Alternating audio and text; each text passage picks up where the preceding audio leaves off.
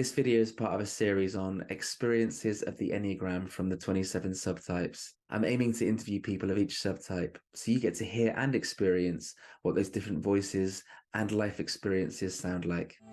I hope you enjoy.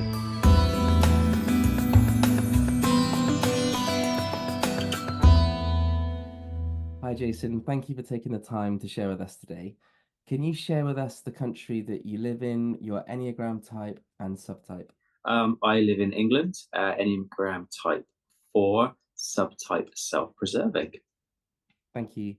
So when it comes to the Enneagram, when did you first hear about it? Well, that's a great question. Probably about 6 or 7 years ago, just when I started doing Okay. spiritual director training. And then subsequently have used that in my own kind of practice as spiritual director, but also a lot in my own kind of personal life. And it's become a very sort of helpful tool, like a lot of other profiling things that I use. I have a background in psychology, so I'm quite comfortable using these kinds of things. So it's just kind of gone in the toolkit really with things like Myers-Briggs, DISCs, Insight, life languages, the big five, all of those other kinds of things really. So yeah, been familiar with it about the last sort of 6 or 7 years. Okay. Thank you for that, Jason. And so over those 6 or 7 years, what have been like some of the key experiences that you've had with it? You mentioned about like the professional with spiritual direction and in your personal life Sure, as well. sure. Um, I think on a personal level, it's been helpful because it's given me language to understand certain things about myself. And I think, and I'm sure we'll probably get onto this later. I think one of the things that people say to you at the beginning about what trying to find out what your type is that there can be like an intuitive sense, and some people say there can be like an intuitive repulsion as well towards certain aspects of a type, and that could be your type. So I think at the beginning I had quite an intuitive sense around 4, and then it started to make more sense, particularly around the aspect of the individualist, because I'm very individualistic as a person. But I think again, like I say, get onto this maybe more with the subtypes later, but I think the thing that I then started to give a lot of thought about was the fact that I noticed that other people who were 4s, some of the ways that they would manifest that was quite different to me. So then I just started to kind of question it a little bit. And in most simple terms, I think people that are much more like outwardly dramatic and emotional, Mm, you know, okay, interesting. I can be very emotional and share things in an emotional kind of sense, but actually it more tends to go on in here, and I'm kind of more empathic as a person, so I tend to kind of sponge stuff up more. And Interesting. I can put myself in situations, particularly with the work that I've done in ministry and teaching and other things, where there's a lot of emotional stuff coming in, and I can cope with a lot of challenging situations. Whereas I noticed with other 4s that it tended to be much more, you would get everything they were feeling. It would just happen out here. It was more of a kind of an extroverted kind of thing. I'm not saying I haven't done that or I haven't got aspects of that, but the getting into the subtleties of the self-preserving and the idea of that kind of the counter types was really helpful to kind of understand that. Yeah, yeah, yeah. Thank you, Jason. And you've hit a very key point here with the 4s, because I've heard it taught that type 4s and type 6s are the two Enneagram types where the subtypes are really important because the subtypes Sure. of each 4 and 6 are so different from one another. And you've Yeah. probably heard with the 4s that there's the glad 4, the happy 4, self-preservation, the sad Yeah. 4, social, and the mad 4, sexual. Um, Yeah, no, absolutely. And I think it was that thing. It was and other people have heard talk about it as the sunny 4. yes, And the sunny 4, yeah. so for me, not all the time, but a lot of the time, uh, quite upbeat, relatively happy-ish Yeah. kind of person. Obviously, it depends on what's kind of going on. And one of the things, I mean, it's obviously going back a few years, and then obviously looking back across chapters in my life, there were times where I was very more extroverted and perhaps outgoing. So maybe with the wings leaning more into the 3 side of things a lot. and actually felt a certain amount of resonance with 7. Would look at Mm, that, the kind of the creative, playful, spontaneous life kind of sort of thing. But then would be like, yeah, but the other stuff with that doesn't kind of resonate. So then coming across the self-preserving thing was really helpful, because it was like, oh, okay, that's why, like you said, was it the sad, the mad, and whatever yeah. the different kind of words were. And I think that's the stereotype that people often think of with 4s, is the mad, the one where it's just like it's all out here and all the rest of it. But I think also, um, because of my life journey and because of the work that I've done, I've had a lot of opportunities to work on myself, to understand my shadow, and try to, not like get rid of all of that stuff in any way that you kind of can, but just become more aware of it and hopefully develop a little bit more. So perhaps not as overwhelmed by some of those things, the big emotions. But I still feel that I think the big thing with 4s is the emotional, to feel things very, very deeply, but it tends to be more inner, although there are times where it does kind of come out a lot kind of more. But it's more, I think the maturity is just that thing of noticing that, and then trying to, once you notice it, process it in the right place. Mm. Yeah, excellent. Sounds like you've been doing some really good inner work over the years, and it's lovely for any 4s that are listening to this that might not know that they're 4s yet. Hearing Hmm. a self-preservation 4 share, if they are, especially if they are a self-preservation 4 themselves, because as you've said before, the self-preservation 4 is the counter type, and because there isn't necessarily a great deal of information out there about the self-preservation 4. Hmm. So, and they can be lookalike types for type 7. So interesting how you were thinking that as well Hmm. as at one point. Yeah, Yeah. yeah, definitely. Yeah, and I think there's also the thing where over time you feel like you kind of change a bit. So like I said, I think, for me, I've had to do some inner works. I've had periods of being in counselling, which is great, really, really, really, really helpful.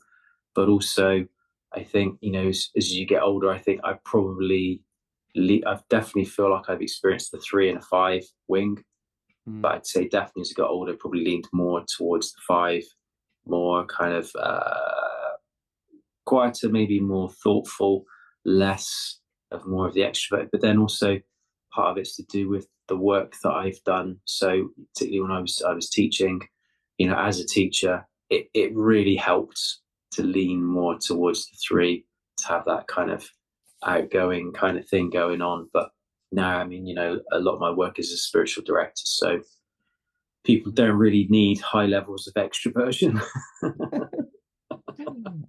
Sure.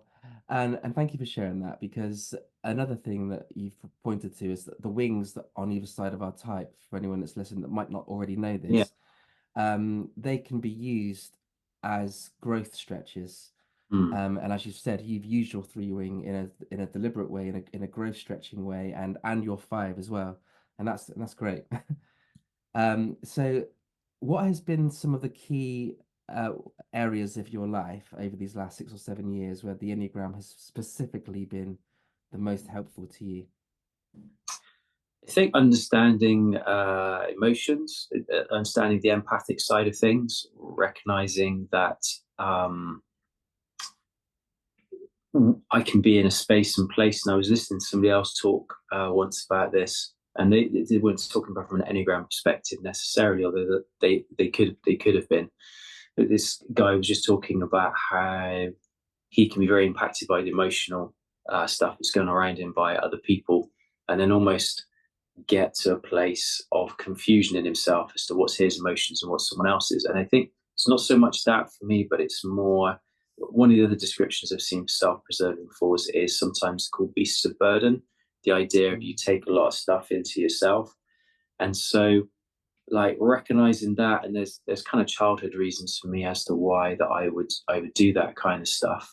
But then recognizing that happening, and then saying, oh, okay, there are times where I need to really express stuff outwards. I mean, I'm coming from this from a Christian point of view, and appreciating everybody that you are interacting with through the work you're doing here will listen to this will be Christian. But So an outworking for that me has just been in my prayer life of expressing my feelings to God, and being increasingly more and more just brutally honest, and being okay with that, however I'm thinking or feeling, and also just accepting, because there's that sensitivity to things, that my inner world can kind of do that a lot over the course of a day, so I can have an interaction with one particular person about something and feel all sorts of wonderful kind of, to use a spiritual formation, with constellations inside, just real joy and energy and happiness, and almost kind of tie into like the three sides of me that goes, yeah, we're going to take a mountain now and everything's wonderful. And then you have a conversation with somebody else 10 minutes later and be completely deflated, Mm, just like into a kind of a place of real sort of desolation, and just noticing that, thinking, man, this is, again, I'm saying, a lot of this kind of going on inside sometimes. And so becoming aware of that, and kind of learning that I need to manage that well. So one of the things that's been a real life giver for me, and this is probably back for the last 15 years, certainly the last 10 or so, has just been a real re-engagement with nature, mm, getting outside, being in the natural worlds, taking walks on my own. And sometimes there's a times, again, like for prayer. It could be external prayer, it could be internal stuff that's going on. But just taking time in that, and I think it's the real beauty of nature as well. And it's one of the things with fours, aesthetics are important to fours. And for me, it's the natural world.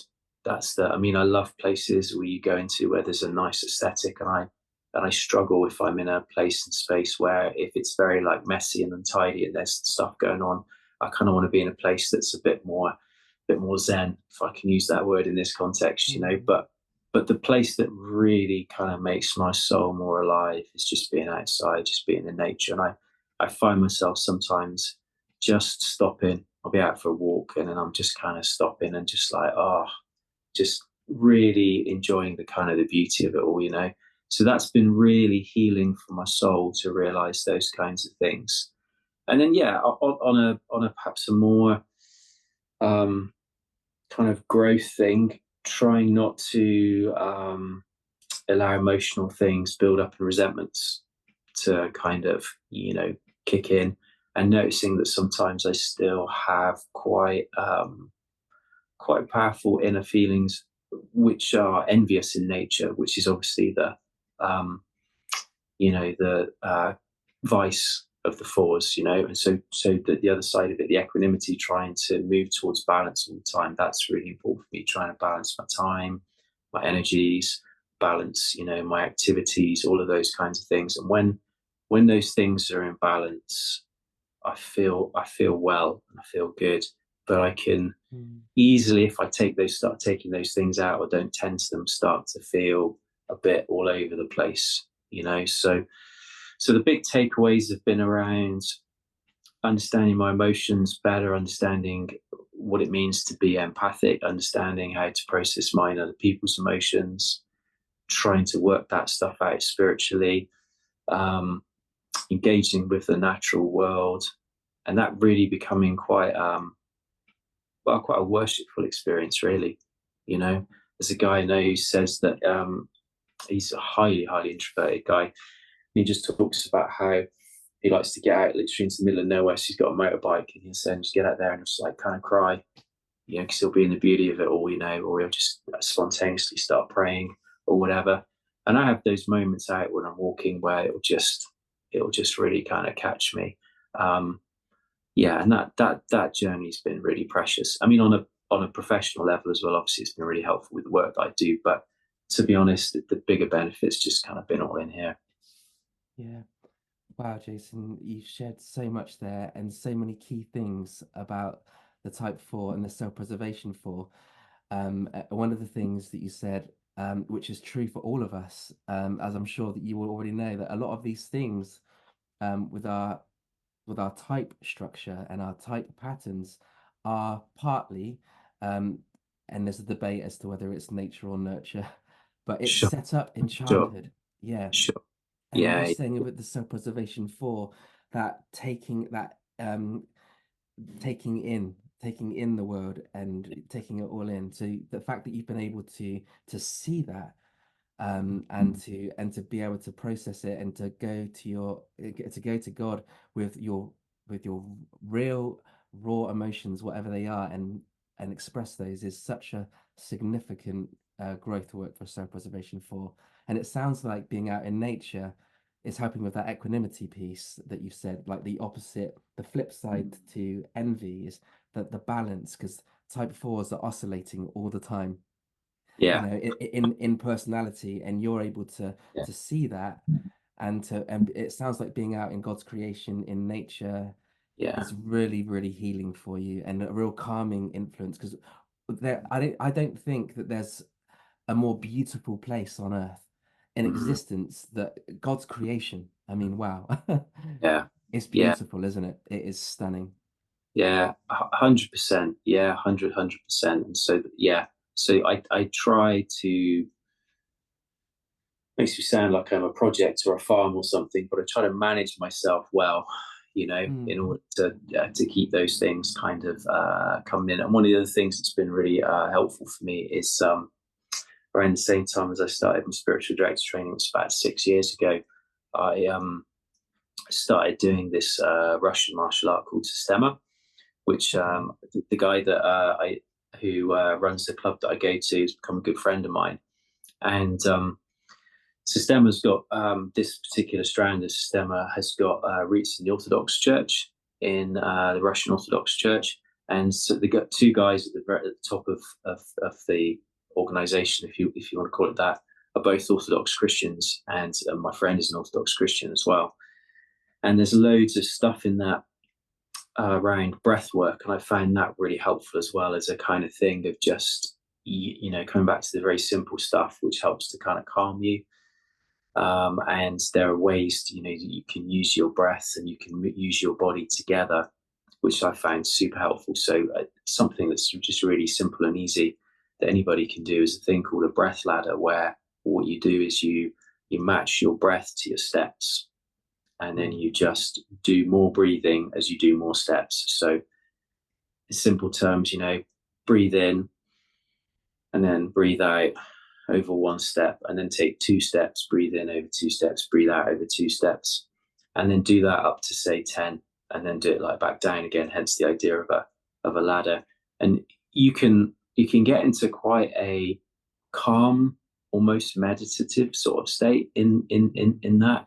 And that's been super helpful as well. And I realized, because I did some teaching last year for a little season, a bit part-time teaching again, and I realized then, just looking at the nervous system, how actually you can end up in your sympathetic nervous system when you're stressed and you're under pressure, and I think I can do that to myself emotionally sometimes.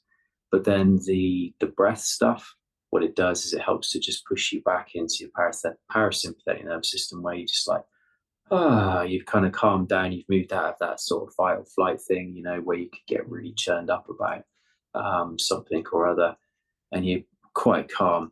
And I found that those breath practices, the awareness of self, being outside, walking, nature, those things all together have been so helpful to get me sometimes to places where praying is suddenly a lot easier. And I'm in that mm, more kind of sort of balanced state. So I've become, as a result of that, excuse me, quite interested in a holistic view of all of these things, how the body, the mind, spirit, everything all kind of works together. mm. Yeah, I'm fascinated by this. It's so interesting, and it's obviously yourself as a heart type, being in the heart center, and me in the head type as the head center type, and obviously body Mm, center types 8, 9, and 1. We each of the centers we over so I'm overdoing the head center, and yeah, the heart types we overdoing the heart center, and the body types yeah, overdo the body center. Um, And it sounds to me like you're just talking about this body intelligence that we all have. And I've never heard that before about the breath, the the walking and the breathing as a ladder. I love that as a sort of meditative practice, grounding practice, being in our bodies, Yeah, yeah, and kind of engaging with that body intelligence, yeah. quite It's spiritual. yeah, Yeah. it's an amazing grounding thing. That's a really good way to describe it. We use it a lot in the training stuff that we do, and it, it helps you to just become aware of your body, to come back into your body. Mm, Because like you said, you can be somebody who lives in their head a lot. So I have a number of people that I see for spiritual direction who would self-describe them as sevens, okay. and Yeah. several of them will openly admit they're chronic overthinkers because they can be stuck in here. So trying to get you into your body or into your heart is really important. So for me, I think that's been the one of the biggest overt journeys the last certainly last 6 7 years, but probably beyond that, going back in maybe 10 years of just really getting into the body and seeing how these things kind of work Mm, together. So yeah, and I mean with the breath ladder thing, I mean if you just went out and just walked, and I'd say this to anybody that wanted to play with this as an idea, if you just try breathing in over 4 steps, just gently, and then out over 4 steps, and just did that for say 5 10 minutes or so, whatever state of mind or being or however your body was before, after 5 10 minutes of doing that, you just feel completely different. And it's just coming back to that really primal, beautiful thing of just breath. This idea of, breath. I mean, there's some stuff I was watching mm. recently again, which I've been doing around, so I think on TikTok and YouTube and everywhere else around the whole Yahweh thing, and how Yahweh is like the Oh, same as a breath. yeah. It's like the first thing that you do is breathe, and the last thing that you do is breathe, and just Yeah. the power Wow. in Yeah. that. Yeah, yeah, yeah. That's the thing. You've seen it as Yeah. well. Yeah, I've heard it. I've heard it back. I heard it. I think it was Richard Raw where I heard it. I think it was Richard Raw, but it's fascinating. All of this Mm, stuff is fascinating. yeah, very much so. And I think you and I would be in agreement. It's God given, and Mm, and there's an intelligence in there, isn't there? Because it's of 100%. God. 100%. Yeah, Yeah. 100%. Yeah, 100%. Yeah. I think so. I don't know if you've experienced this with some Christians, and I don't see that in a judgmental way. It's not meant in a judgmental way, but there can be a little bit of and I get it because I think possibly earlier in my journey I would have been a little bit suspicious as well. I've grown in Sure. being less suspicious, which is partly to do with my type. Mm, But like breath work, meditation. Oh no, now we're talking about new age stuff, and as a for sure. Christians, we're now kind of going off track. For sure. But I think for me, like, what's that for you? What's been your experience of that as a Christian? In fact, what's the experience of the Enneagram been like for you as a Christian, both for yourself and in conversations Mm. you've had with other Christians or other people? Yeah, man, that's a great question as well. I think for me, I have some things which, in a Christian context, um, are sort of non-negotiables because I see them as being what the essence of Christianity is. So, you know, scripture, what you can learn from, church history and church tradition.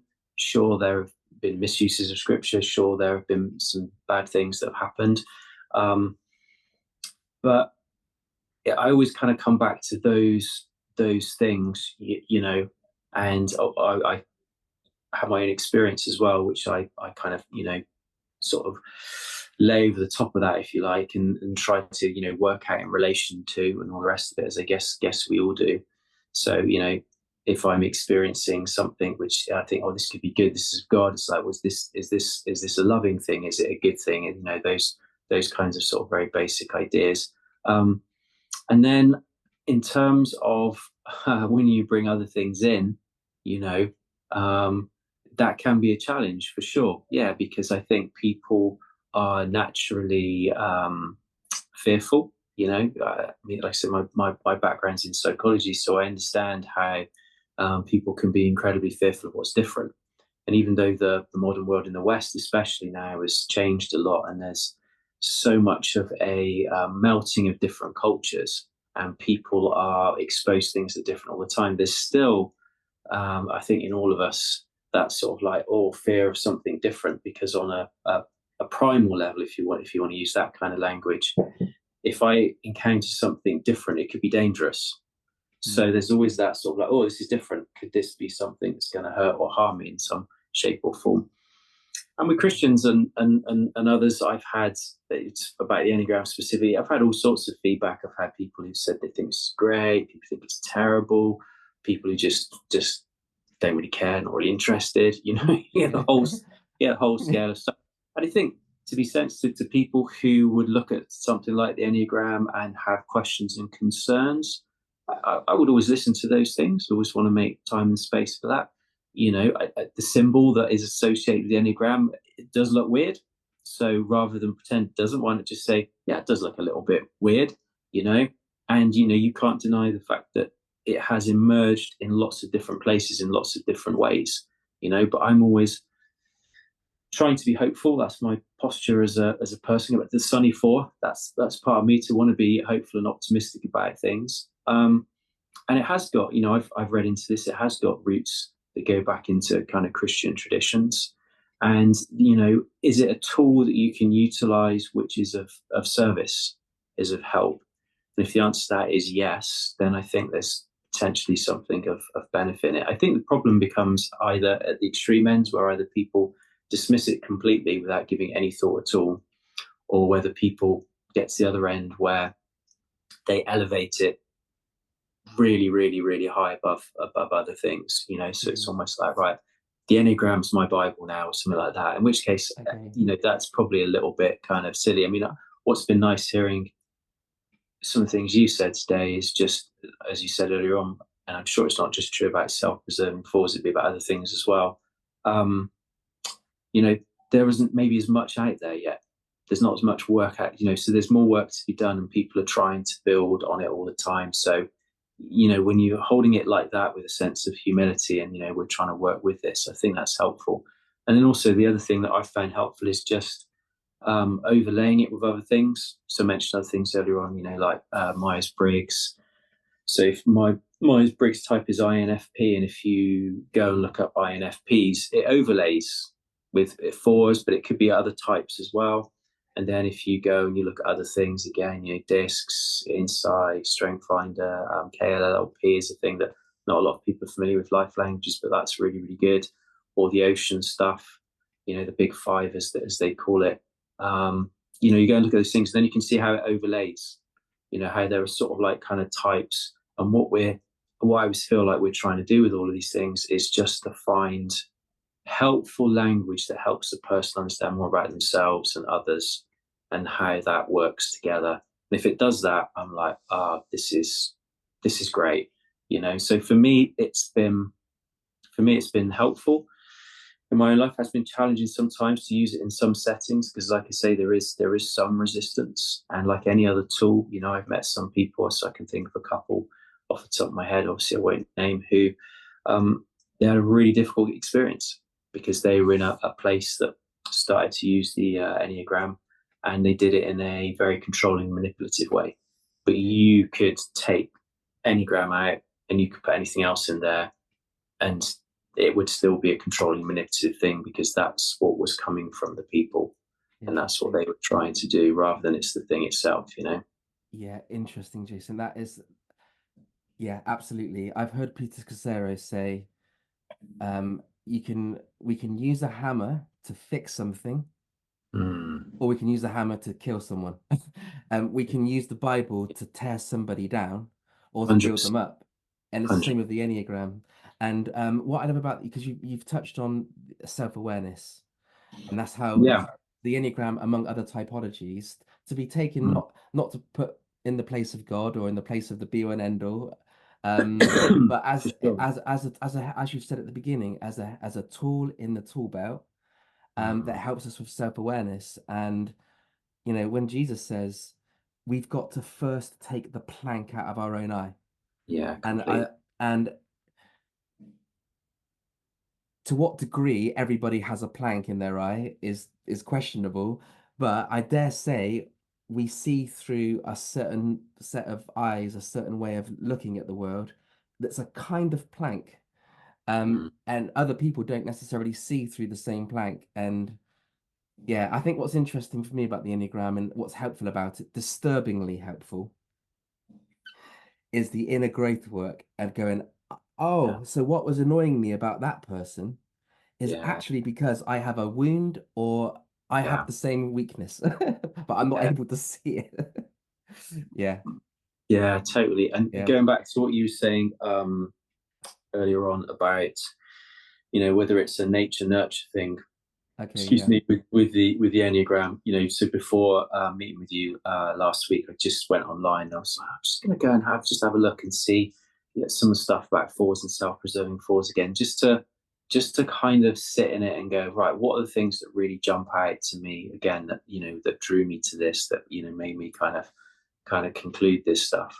And there was the thing about abandonment, the Mm. idea that's attached to that with fours, and I can look back at my own childhood and there are moments of that, and you just think, oh yeah, that makes so much kind of sense, gives you a kind of an understanding. And then I think the thing moving forward that's been really helpful, which I think is different in the Enneagram, certainly the Christian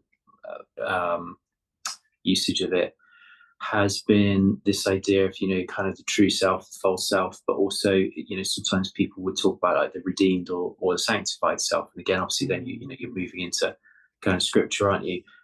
And then in that context, the idea that as you become aware of yourself, like you were just saying, and I think the joke.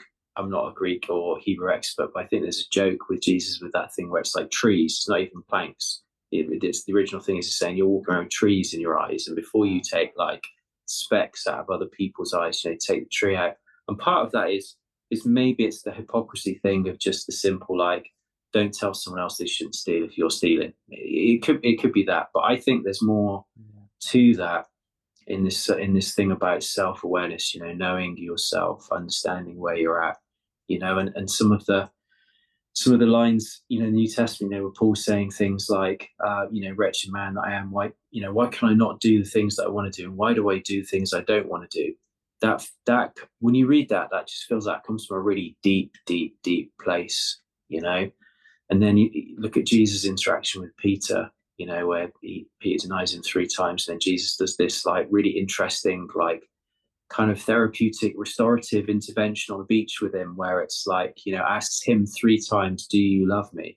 You know, and so you kind of think, there's a need for that awareness. There's a need for deeper work to go on. And I think one of the things that's helpful about the Enneagram is it can give you that picture of, okay, this is that, again, use whatever language you like, unredeemed, false, kind of broken part of you.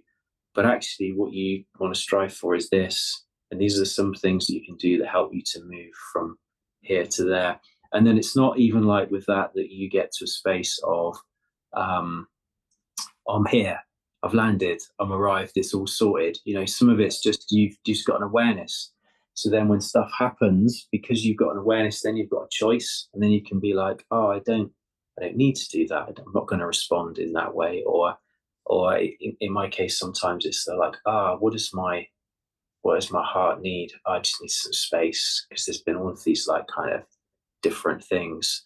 I need balance. I need to move into that space. I need to do that. I need to not do this. And then also just, which is perhaps quite an Ignatian thing, maybe, of just listening to what it is that on the inside that makes you come alive.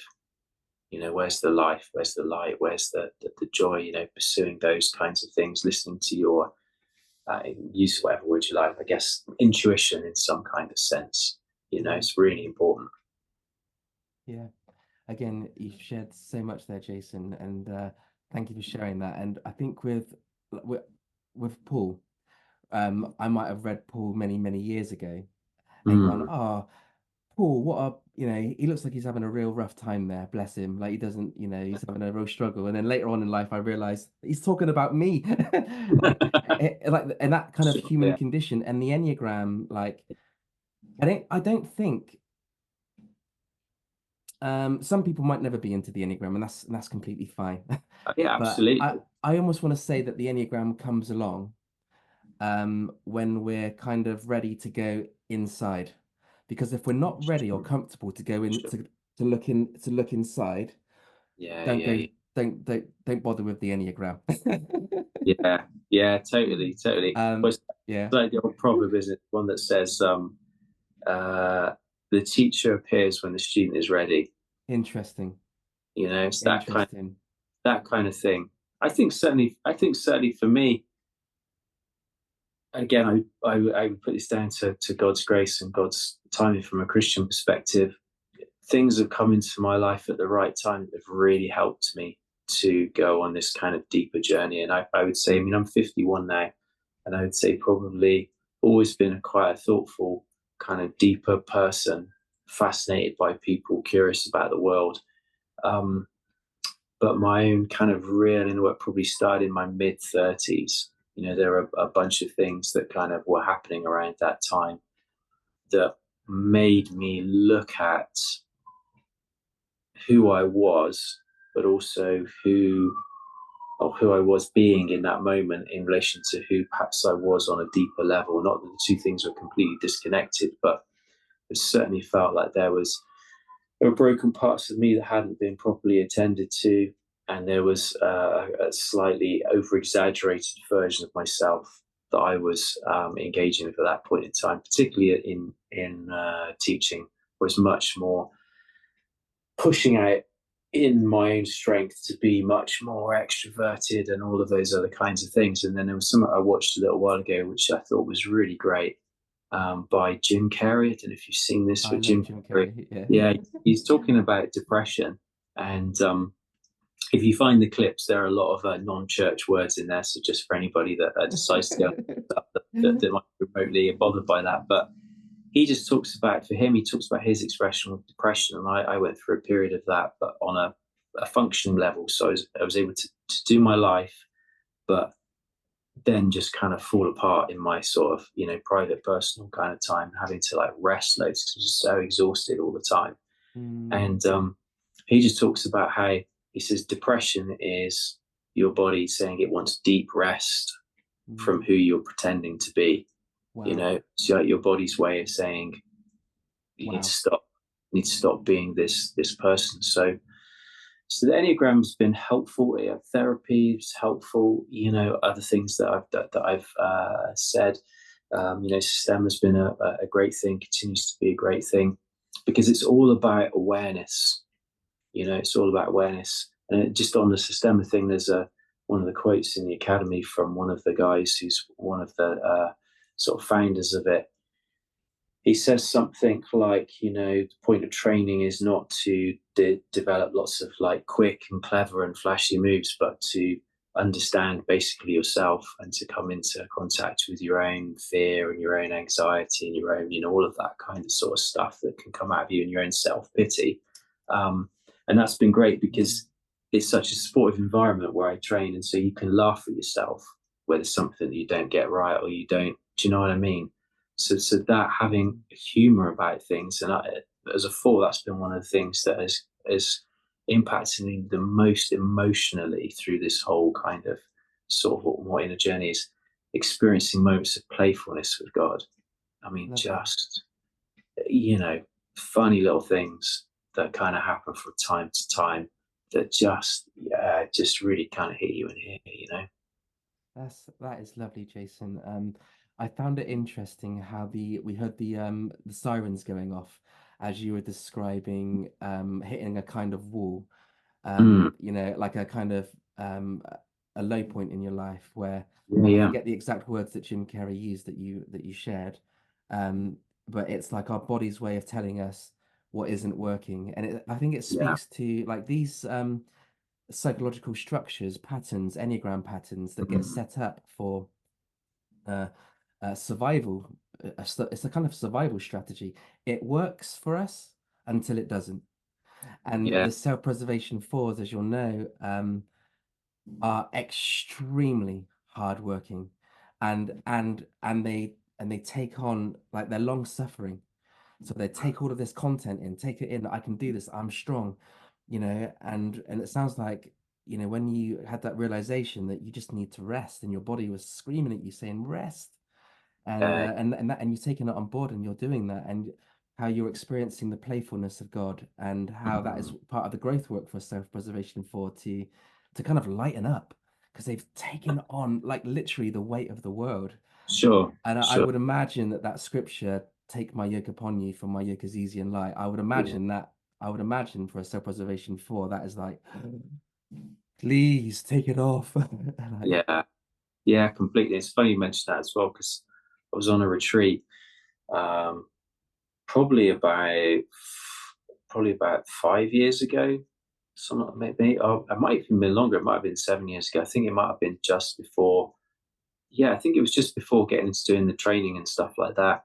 And it was a handful of spiritual directors that were running it, and it was done by Vineyard Churches here in the UK. And I remember sitting in a room, and it was one of those days where they were giving you little exercises to do, reflections. And one of them was a reflection on that text. And I remember reading it and being so angry because I was looking at it and just going, but I don't feel like this right now. I feel the complete opposite of this.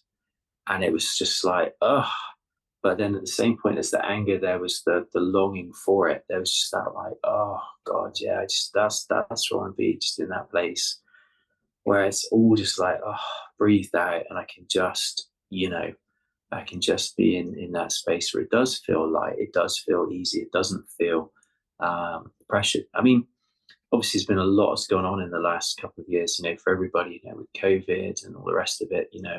Um, and then for us, myself and my wife, we've gone through a lot of changes because we planted a church which we ran for the best part of 20 years. And then a year and a half ago, we gave the leadership of that over. But prior to, and so we saw the church through COVID, which was a challenge.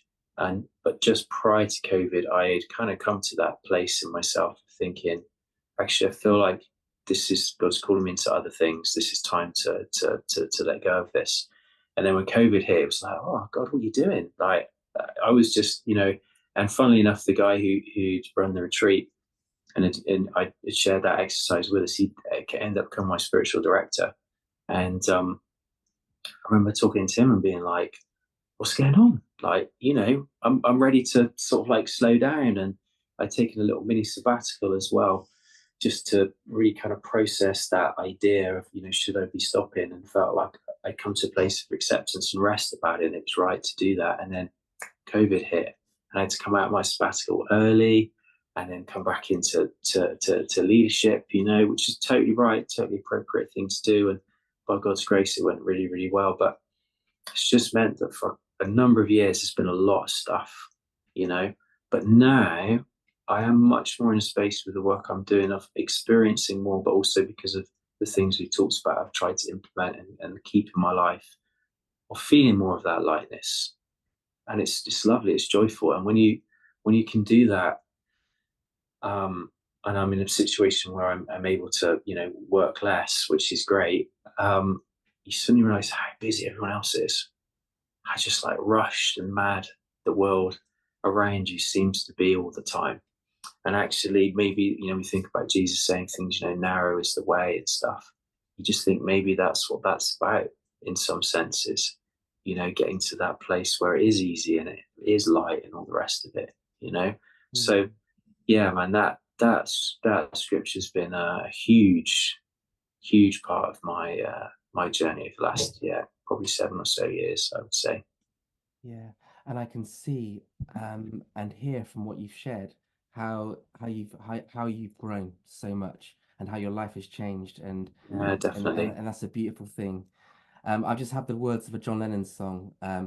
People rushing round at such a speed till they find there's no need. And what I'm really grateful Yeah, for within the Vineyard and other churches is the people, the Christians that are banging the drum of spiritual formation, banging the drum of the ruthless, and it is a ruthless yeah, elimination of hurry. Yeah. Internal hurry, Yeah. external hurry. Yeah, Yeah. I'm very grateful for all of that work. Yeah. Yeah. 100%. And I think that's the biggest. That's I find the biggest personal challenge for me moving forward in the work that I'm doing. So my work now is around doing spiritual direction for people, doing retreats for people, and doing Mm, bits of mentoring as well. I find that my biggest challenge, and I do work with some churches as well, which is great. I'd love to do more of that. Is to keep myself. That's always the challenge. Keep trying to keep myself from a formational perspective, in God, and then from like a Enneagram perspective, for it's that balance. It's like, what's the balance that I kind of need, and not being weird about it.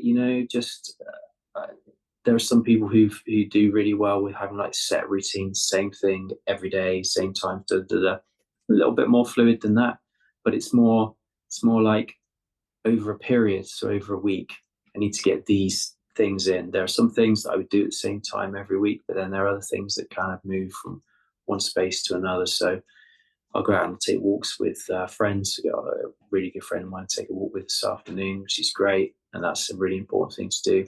But at some point this week as well, there'll be a moment I'll be like, I need to take a long walk. I'll just go and I'll just do that, you mm, know. And it might be another time, I'm a musician. So one of the other things is music for me, just sitting and I'm playing guitar. I'm playing guitar for no reason, for nobody, just myself, and a couple of hours goes by, and that can be joyous because it taps into the expressive and creative part of me, which I think is quite a kind of God given and for type thing, And so just attending to that is really important, because if I don't attend to those things, the reality is no one else is going to come along and go, hey, let's do da da da da da da. I've got a great family and all the rest of it, but you have to attend to those things, in yourself. I love that, Jason. Like, love your neighbor as you hate yourself. Like, love your Yeah, neighbor as we love ourselves. I mean, I know that scripture can be taken in many different ways. yeah, yeah, yeah, But you said something earlier. I think I'm going to pronounce it correctly, hopefully. Systema, is it yeah, systema? yeah, yeah, yeah. So with systema and Mm, with the Enneagram, they are two tools, two ways of this importance of self-awareness. Because if the Enneagram's about anything, 100%. at the very least, it's about self-awareness. Yeah, And so 100%. however we can gain self-awareness is I think the Greeks would say it's the beginning of, it's the beginning of knowledge. I mean, Christianity might have a different view on that, but Yeah. it's an important piece, isn't it?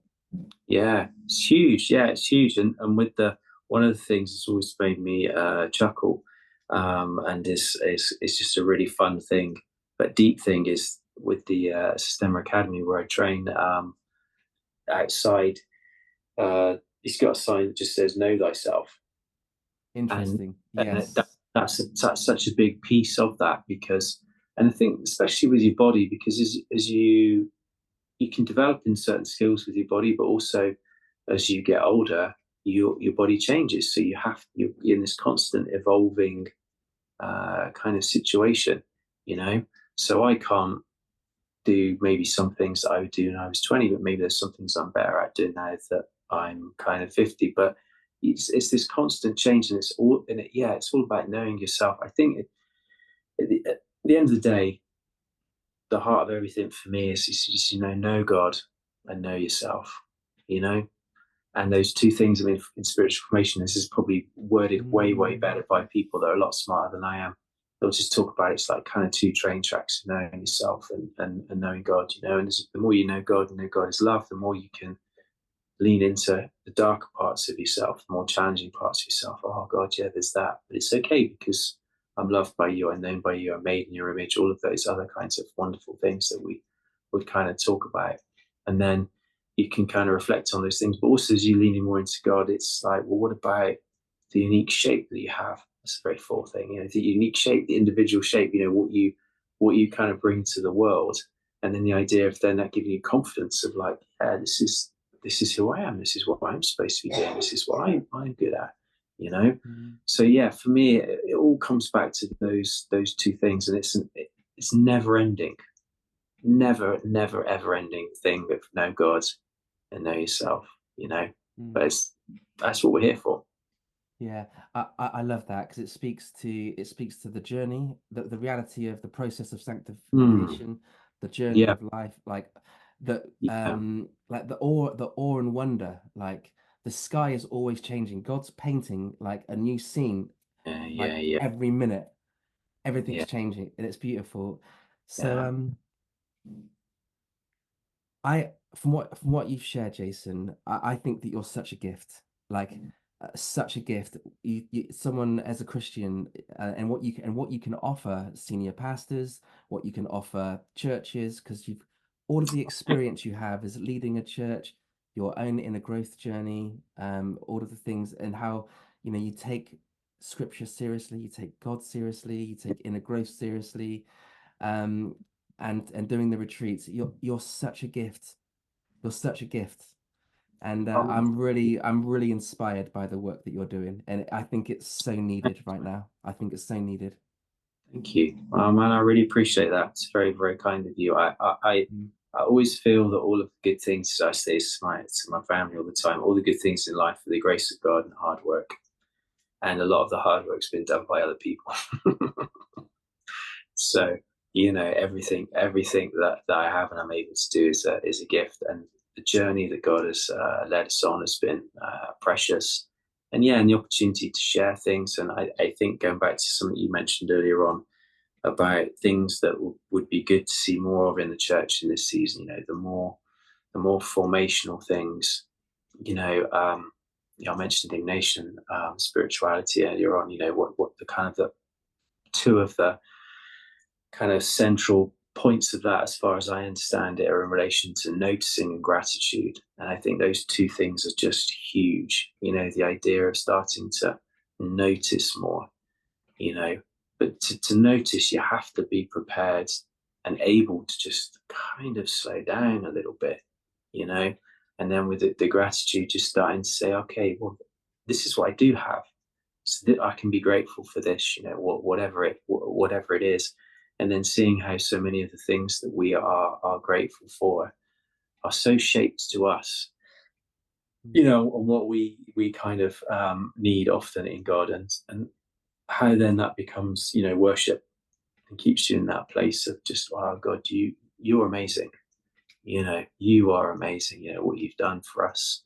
And appreciation, and I think particularly appreciation of some of the simpler things, because I think there can be a tendency sometimes, particularly in the Christian world, and particularly maybe in the more, again, you use whatever language you want to describe as perhaps more like free church, charismatic end, Pentecostal end, where maybe we would be more familiar, and you would be wanting to see, and these things are great, some of the bigger things that go on, see someone's got healed, someone's got set free from something, an area of their life's been really completely restored, or whatever it is, miracles, whatever you want to call them. And I've seen some bizarre things over the years, as I know a lot of other Christian people have. But then when you look at the life of Jesus, he always did miracles to then take a person and just put them back into their normal life. mm, So, but sometimes it feels like we just want the bigger thing, you know. And mm, as a musician, it's like if you like leading worship, you're like, well, hey, let's lead worship for 5,000 people. Let's have more lights. Let's have smoke. Let's have, and like all of these things. Like, okay, cool, great, whatever. But if it comes to the place where that's where we think we need to live, mm, we can't appreciate a sunset. We can't appreciate a field. We can't appreciate a tree or a bird, or just, man, I've got a cup of water. God, that's epic. I remember years ago, I was in this church. This is really funny. Um, and they got involved with this other church in Scotland doing like relief work, driving these lorries out to like Eastern Europe and taking like food and other bits and bobs and things. And it was funny because the church I was in was quite kind of charismatic, but this church was quite sort of like reformed, quite staunch, sort of Presbyterian type church. But man, they were powerful, spiritual people. And a couple of our guys went up, and these guys were so prayerful about everything. and a couple of guys went up and they were just stopping to have a cup of tea somewhere. So they were just like having a cup of tea, and these guys like started drinking their tea, and the others just all like formed around into a circle, and they prayed and they gave thanks for their cup of tea. And our guys were like, oh man, like they used to maybe doing that over a meal, but the idea you just do it over a cup of tea, but there's Mm, something in that. But I think about that story now, just like, wow, that's beautiful. They, even the little thing that you would maybe take for granted, they were like, no, no, no, this is a gift from God. Wow, this is amazing. God's giving me a cup of tea today, and just mm, that, almost that like rewiring. And you just think, if more of that kind of slowing down, being with God, because that's really what spiritual formation is about, is to slow down and be with God. If more of that kind of permeates more through people, it just sets so many people free, and mm. I just excited about the idea of seeing more of that happen. Me too, Jason. Me too.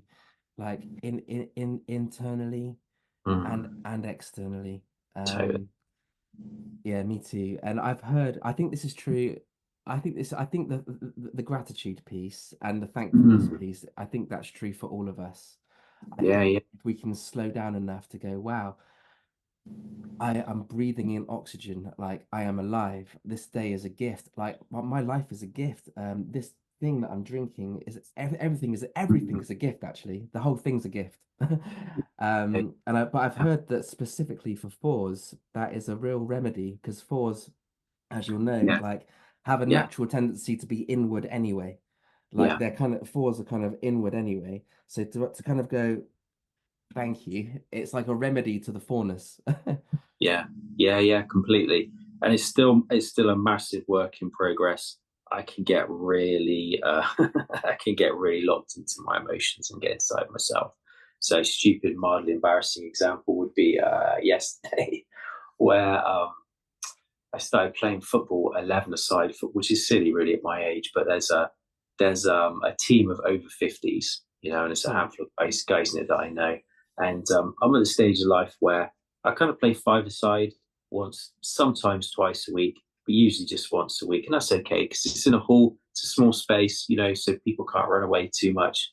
But 11-a-side, it's a lot of running, it's a bigger pitch. So if I play, I'm like, I just want to be a bit of a goal hanger, really. Just stick me up front. I haven't got to do as much kind of running or whatever. Um, and I'd rather play the whole game, but if I've got to just play half the game, okay, then that's cool because there's a whole bunch of guys that play out. The guy that runs it is, bless him, I think he's a seven. He just wants more and more people to play. So he just goes round just getting more and more people, So there's this whole thing where this guy turned up to the last game, and I was like, thinking, who's this guy? He's like, oh, he said, yeah. He goes, I just met the guy that runs it. He goes, yeah, we were just chatting in the park or something. And he's like, yeah, man, come along. And I was just like, okay, well, that's cool. But he's got so many people. So the last day he's trying to manage the fact he's nearly got like 20 guys trying to play an 11-a-side game, so like trying to sub people on and off.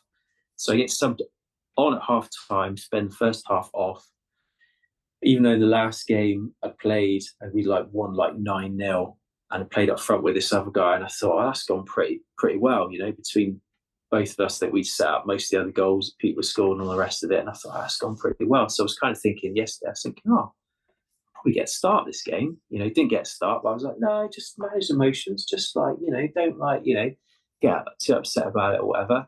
Then half time, it's like, right, come on. And the other guy goes, yeah, you play up front with so and so. And then they brought too many people on. It all got a bit confused as to what was going on. And someone's going, we got 12 people on the pitch. Someone's got to come off. So someone else came off. And then then some other guy goes, oh, you need to now play left midfield. And I was like, oh, man, because it's more running. And I was just thinking, oh, this isn't good. And then someone else goes, no, no, no, you've got to play left back because da, da, da. So I went from playing here to then here to here.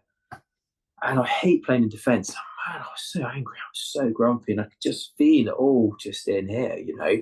And it was like, oh, I got through the game. And at the end of it, I was like, I'm so angry. And I was like, but I'll say something to him. Because if I don't say something to him, that's just going to fester in me.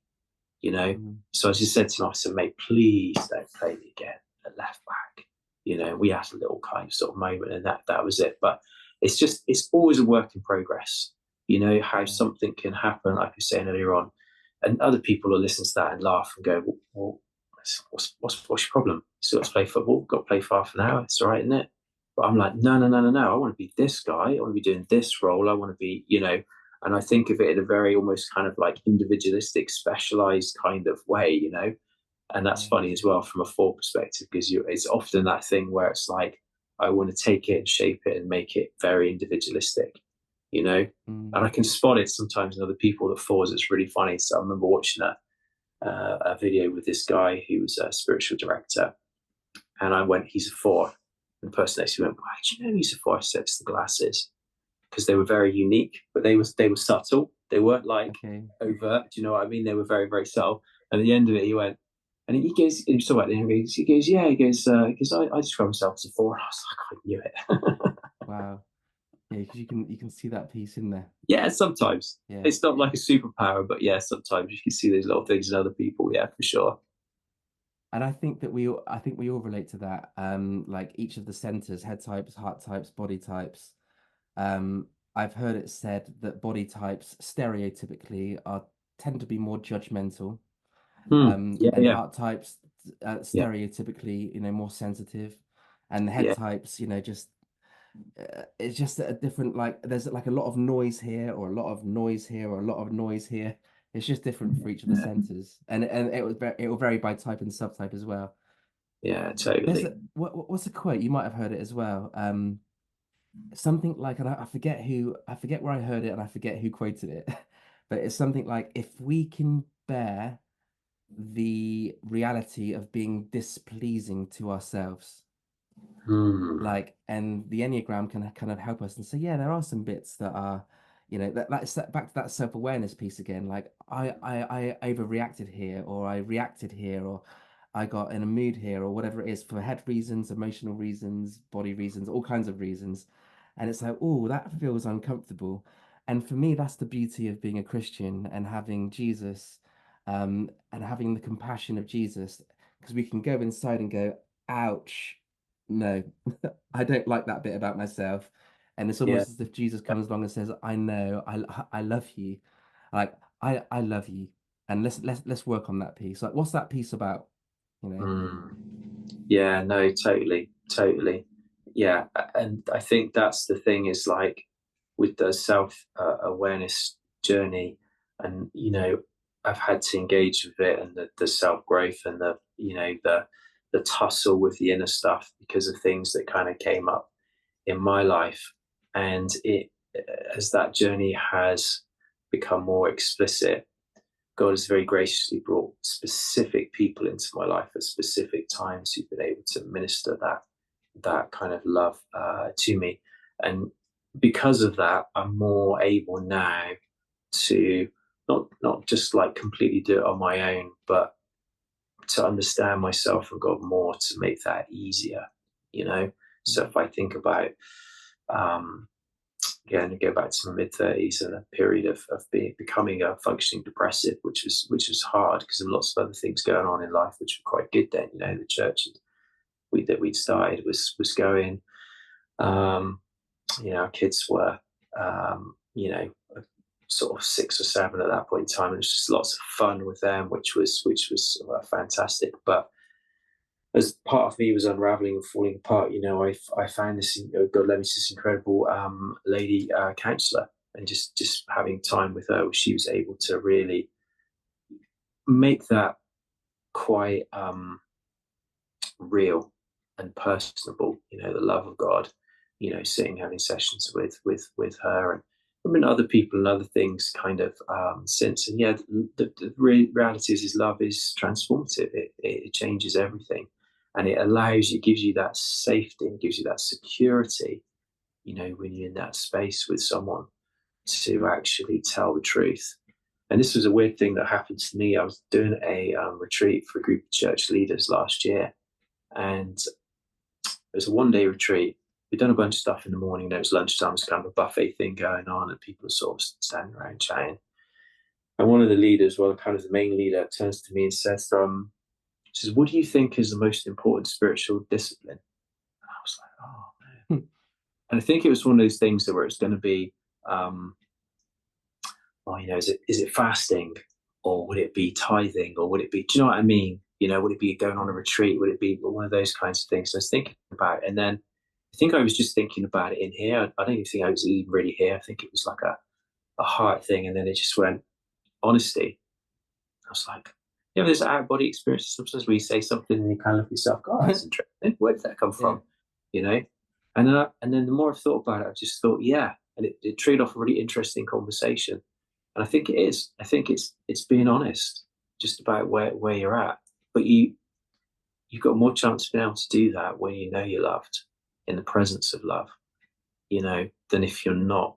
Because a lot of the reasons that we're dishonest, I don't say that in a judgmental sense, it's because we're scared, we're afraid, Mm.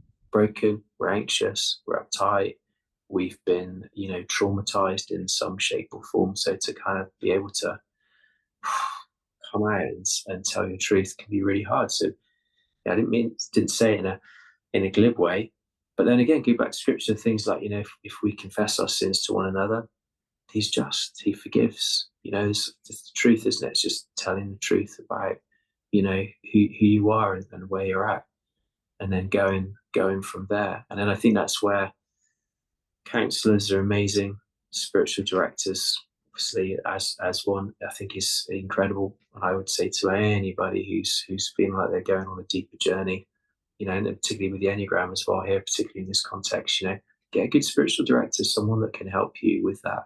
My spiritual director's been amazing with that. Your Yeah. counselor, amazing. And those people have really, they've held a safe space where I've known that I'm loved and I can speak and be honest. And that's been probably the most life-giving thing. Mm. Jason, wow. Thank you for sharing that, because going on that internal journey alone, you know, chances are, I'm not saying this would be true for everybody, but chances are maybe human beings have more of a natural tendency to be more judgmental towards themselves than Yeah, compassionate. sure, So for to be sure. able to go on that journey with Holy Spirit or with a spiritual director, like you say, someone that can hold space for us. And Yeah. I found spiritual direction in my own life, sharing the really like ugly bits, the vulnerable bits, the bits I'm Mm, embarrassed about, with someone that's holding a safe space, has yeah, been so life-giving for me. So yeah, life-giving. Yeah, it's yeah. a great point that you've made there. Yeah. I think everybody needs, I think every Frodo needs a Samwise Gamgee. Yeah, yeah, yeah, for sure. And yeah, man, it's funny you say that because there were times sometimes with some of the work I've done in the past where, and I think anybody who's ever led a church probably say the same thing. You know, there are times where it feels like you're Frodo.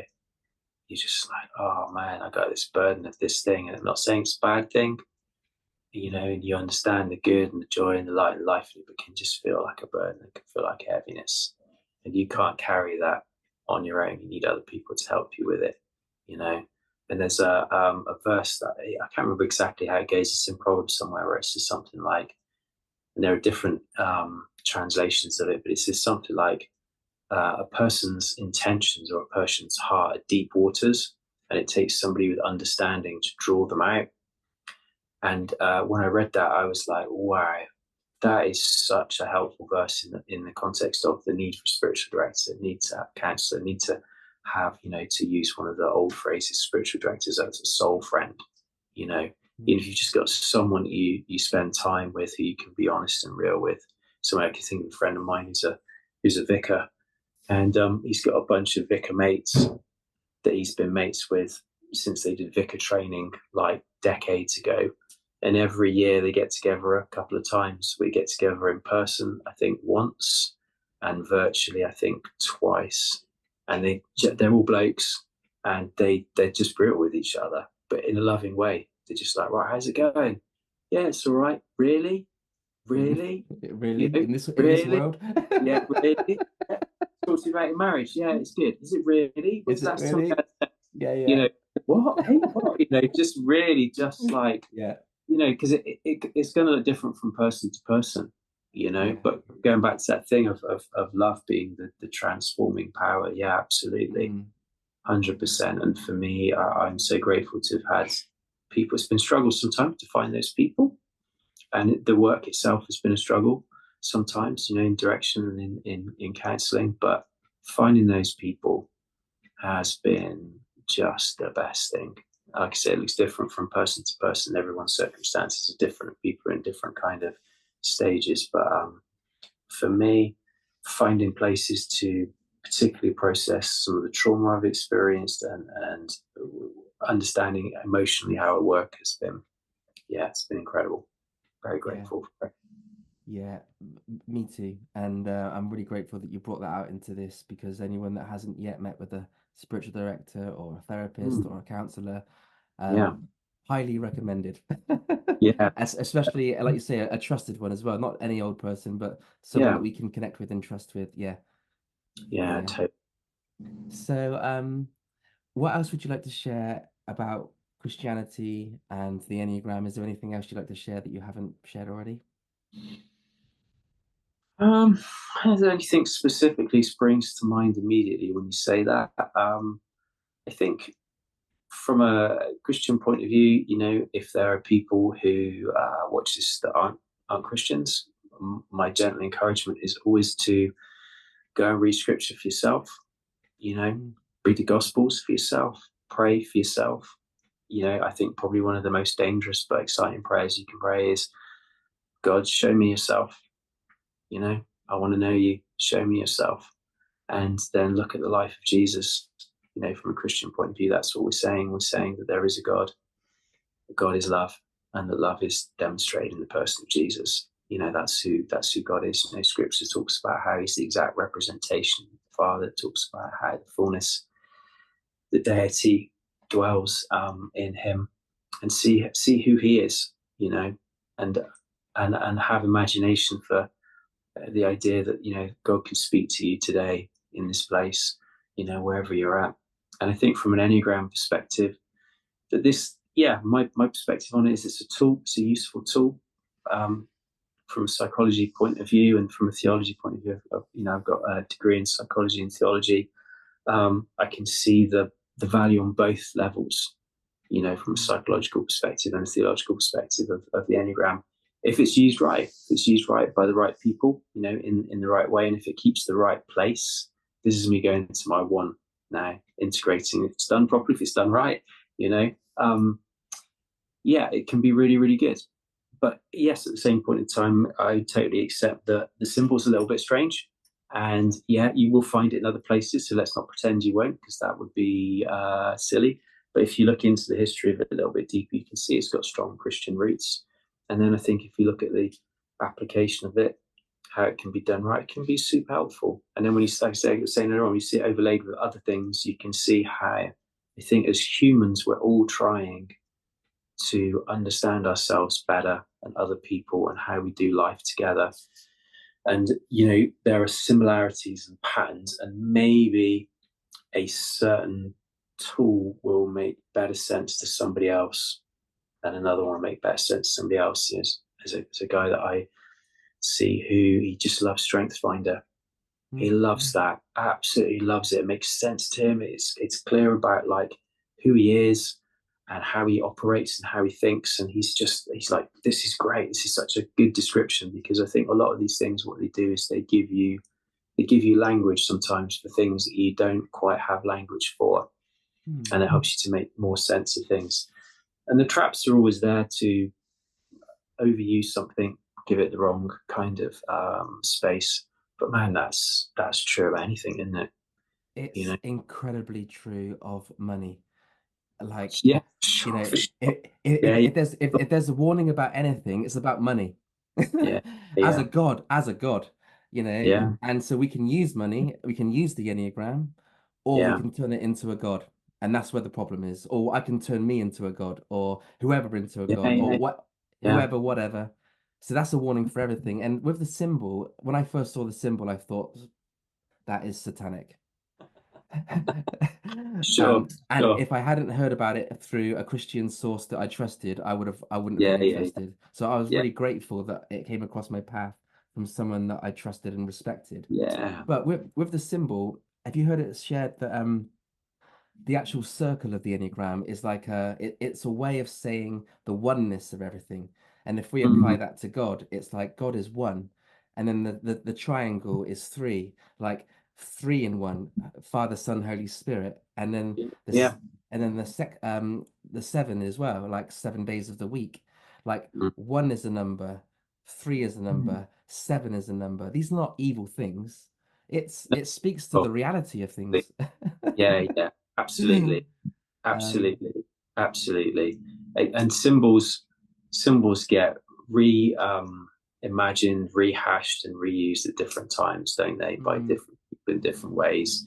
You know, I think yeah, there are some symbols maybe that are out there that are perhaps not necessarily redeemable or helpful. I mean, I thought one of the things that I did when I was younger as a teacher was I taught RE, and you start teaching RE, and then you realise that the swastika, for instance, was a Hindu symbol for good luck, and you ah, go, man, I had no idea that was that, no, you know. no, Um, but that now as a symbol is pretty unredeemable, clearly, yeah, for good reason because of the way that yeah, it's been used. But it's interesting hearing you say that about the Enneagram, about different ways that you can, you know, interpret it, because that gives it maybe another way to look at it, you know. But I think it's like any, as you're saying, I think it's like anything. It's how it's used rather than necessarily, you know, what it is and the place that it kind of takes, you know. And there are other symbols out there that are much more like you look at it, go, oh no, man, that's, you know, classic like pentagram type stuff, you know. yeah, that's what I thought. Yeah, Yeah, yeah. yeah, yeah. The guy I knew years ago used Yeah. to wear upside down cross earrings and upside down kind of cross kind of Okay. thing, you know. And he was very into a lot of dodgy stuff. Bless him. Okay. So he's basically saying, he, yeah, kind of remembering how Peter died. Well, yeah, yeah, my mate who's a Christian went and said that to him, and this guy went, "What? Eh? What?" He didn't, you know, because he was just Yeah. into it. It was a bunch of like kind of metalers hanging out, and he was just very Okay. into his metal, but he's into all the, you know, really satanic stuff at the time. You know, Mm. the band called, was it Deicide, Death of God, and others. Mm. You know, Going back to Lord of the Rings, Saruman. It's the counterfeit. It's the yeah, like, light, light. And I think we're sort of saying with the Enneagram, um, mm, like it's not necessarily going to be for everybody, but I think you and I would both agree with our spiritual director training and probably life experiences that discernment, especially when it comes to things of a spiritual nature, mm, discernment is key. yeah, absolutely. And if Yeah, there's something that you're not comfortable with, then don't get yeah, involved with it. You know, yeah, so agreed. like we did stuff in our church. We were still leaning it around the Enneagram, and we shared some stuff. And then there was some people that are uncomfortable with some things, so we kind of then changed how we shared things. We made it much more. If we were going to share something around that we thought was helpful, we wouldn't like, you know, take over a whole Sunday morning service to do it. We'd like do it within a group. If you wanted to go to it, you could go to it. So it's that whole thing of like, you know, if this is helpful for you, great. If it isn't, great. Mm. That's cool. But I guess my question would always be alongside that is, you know, well, what are the things that are helpful for you? You know, have you discovered some things that are helping you to know God more and to know yourself more, you know? So um, I've seen Myers Briggs done for Christians, which is fascinating. You know, somebody sent me a whole thing on that. You know, again, go and use something else, discs, insight, ocean. You know, whatever it is. If there's something that can help you understand yourself. I mean, we did a thing. This was really funny. We did a thing years ago with insights, which I don't know if you're familiar with that or other people this would be familiar with it, but it's the idea of there are four colors. So you have a color wheel: red, Mm. blue, green, and yellow, and it That's right. overlays exactly with disc. So with disc, which some people are more familiar with, where you've got like dominant, I think inspirational, steadfast, and then conscientious. Then with the insights, where it's red, blue, green, and yellow, and red is like dominant, yellow is like the inspiring kind of one, creative one, and then green is like the nurturing one, and blue is like sort of like the real kind of thinker, conscientious, more analytical type. So you have fiery red, sunshine yellow, earth green, and then cool blue. And we did that training with people around that stuff, and we unpacked it a lot more. And we had a guy that, you know, came in and did a day for us, And it was great because at the end of the day, there's somebody said something along the lines of, "Oh, I get it now. I just thought you were really obnoxious, but you're red." And they were just like, Okay. Yeah. they were just Yeah. complete opposite personality to someone else. Yeah. And Yeah. they always found that this person was like really driving all the time, but then suddenly they were like, "Oh, I get it now. It's Yeah. not that you're like, you are quite driving as a person." Yeah. And this bloke was, but actually I can see the value in it now and understand that that's where you're coming from, because you want to get stuff done. You want to make things happen. You want to da da da da da da. And sometimes as you're doing that, your bad day or your unredeemed part is that maybe you don't speak nicely to people. And this person, being more kind of like the green type, was just very like kind of gentle, want everybody to speak really nicely to each other, which is Yeah. great and good. Yeah. But sometimes if you're just going to speak really nicely to people, you don't get anything said because stuff needs to be done, Yeah. you know? I got places to be, people to see. Like, yeah. And Yeah, and sure. and stereotypically, like some of the eights would probably fit into that red category. Very much And so. and I every type and subtype, whilst this it's kind of set up psychologically speaking as defense mechanisms and survival strategies among other Mm, reasons, there are gifts within them as well. If we didn't have any eights in the world, like nothing in a eights are such a gift in a team. yeah, They're yeah, such yeah, a gift. They're such a gift. yeah, yeah, definitely, Yeah. definitely. And I've met a number of people that are eights, and now you've got a number of people in my own life who are eights. And I can think of one lady that I know particularly, and for her, it's been a real struggle because other people don't like the energy Yeah, because it's and there's a big energy there. and there's a big energy there. Yeah, yeah, Yeah. there is. And then so sometimes you get people who are eights then thinking that they have to kind of sort of like Yeah. almost hold it all in some shape or form, or Yeah. just go completely out and almost like overly explosive with it. And it's like, okay, Yeah. well, how do you manage that? But then equally, you can have people who, um, excuse me, are very passive aggressive. Yeah. That's the thing that people sometimes say about nines. Nines can be really passive aggressive, and Very much so, yeah. Yeah. that can be just as destructive, if not more Oh so. my goodness. Yeah, And yes, yeah. because people are going, well, what are you saying? What do you kind of like mean by that? Yeah. Can you not just say, I don't like this, I don't want to do this, I disagree with this? Can you not say can you not Yeah. say those things? So everyone, every with the Enneagram especially, everyone has their own power that they can use or misuse. You go Yeah. all the way around. And I think sometimes eights get the brunt of stuff because theirs seems more obvious. Thank you for sharing that, Jason.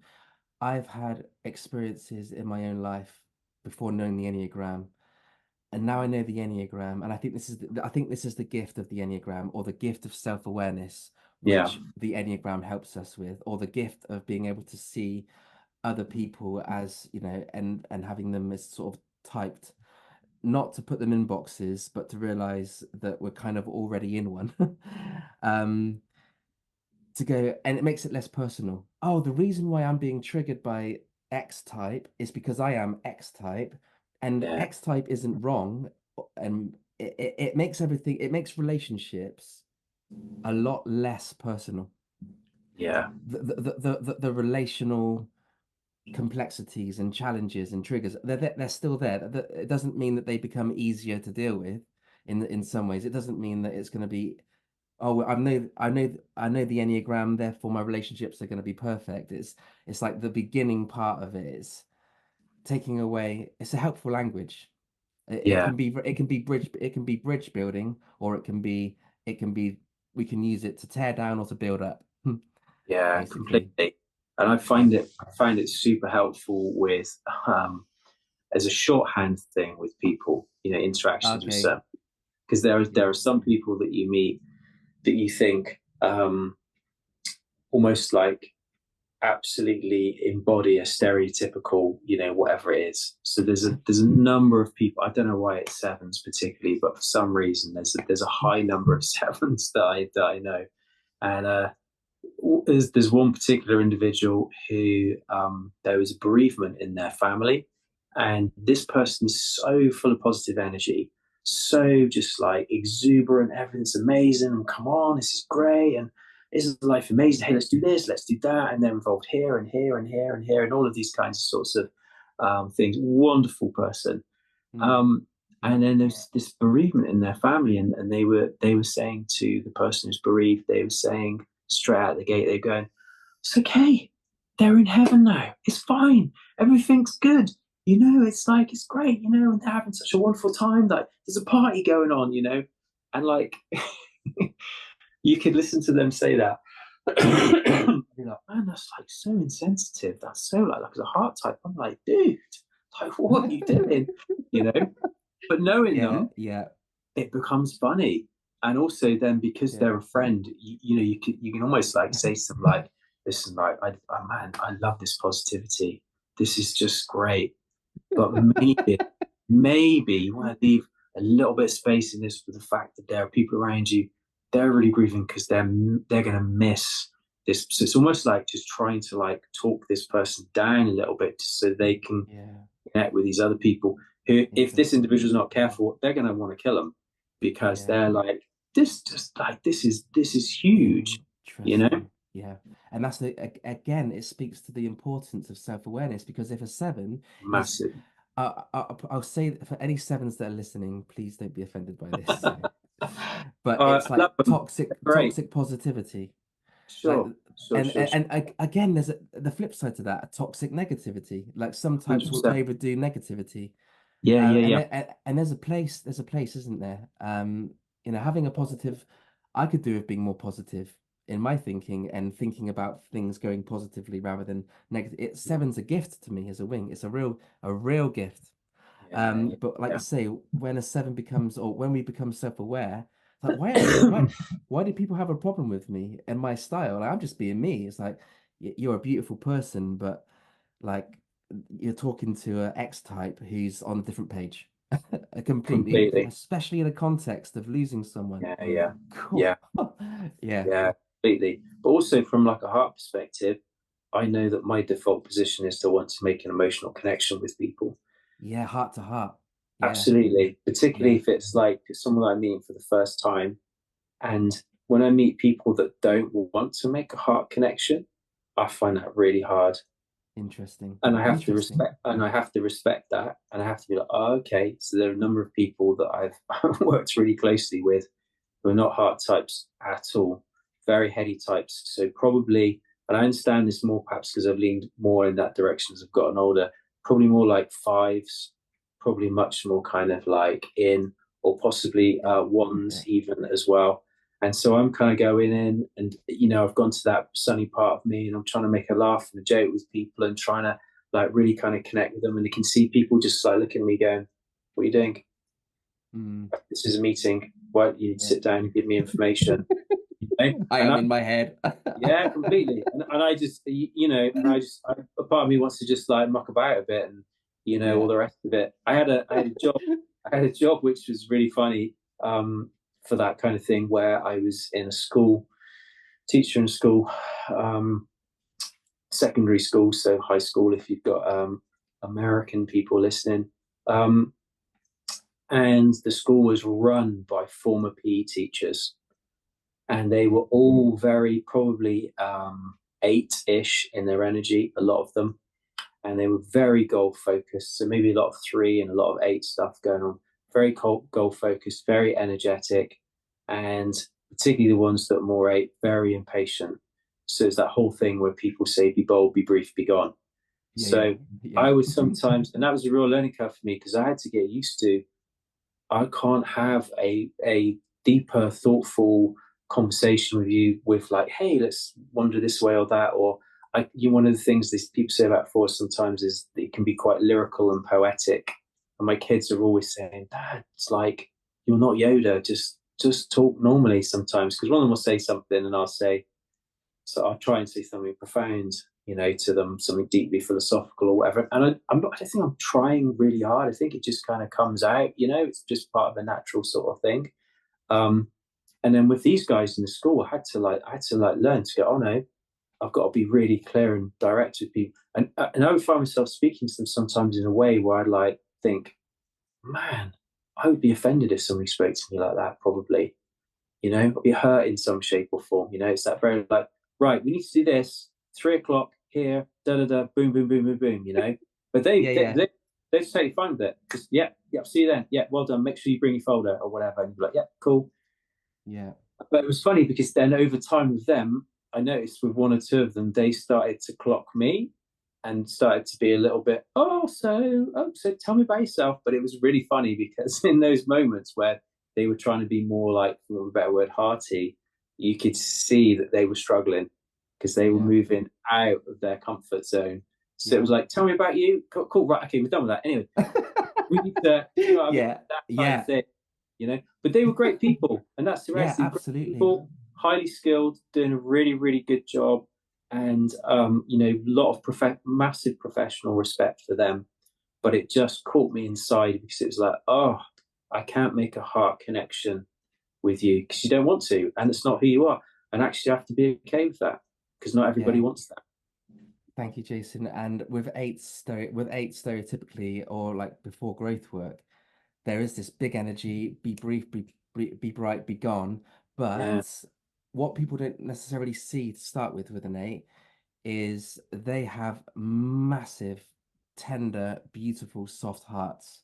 yeah, And absolutely. basically, when they grow and develop and they get more in touch with their heart, like they are, like they're so, and that's what, and that's, it's interesting how it's all kind of set up. All of us are with our subtypes and things. It's all rooted in childhood and before probably, but and then again, it speaks to the importance of self-awareness because as a heart type, if you're thinking, I know that I'm now listening to communication from an eight, whether Yeah, it's in my marriage, my friendship group, if it's a sermon being delivered, and I'm a heart type or I'm a head type, or I'm thinking, cool, this is a challenging teaching, you know, um, yeah, yeah, or a challenging dialogue. It's helpful to go, right, okay, they're in their type 8 style and I'm in my type X style. So I can kind of do a filter going, okay, yeah, um, don't need to take this personally,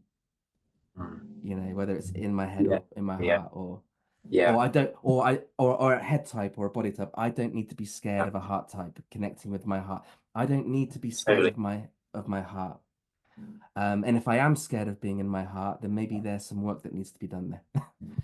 Yeah, um completely. And I find that really helpful. I think just the biggest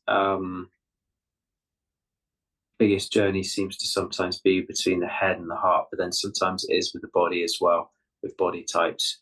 And then just saying, okay, all right, I need to accept this is this and not try to understand it, but just appreciate it for what it is and recognize that we are going to see the world, ever so slightly differently and try to move in that direction. But also the part of me that wants to challenge things a lot sometimes also recognizes that it's an opportunity for me to give stuff to other people sometimes or to challenge them. Like I say, like, my friend in their bereavement situation, and there have been other opportunities with other people at different points in time to just say, so if you again, you could go back to eights. It's maybe a little bit too easy. They bear the brunt of a lot of things, but again, back to nines and being passive aggressive, you know, mhm.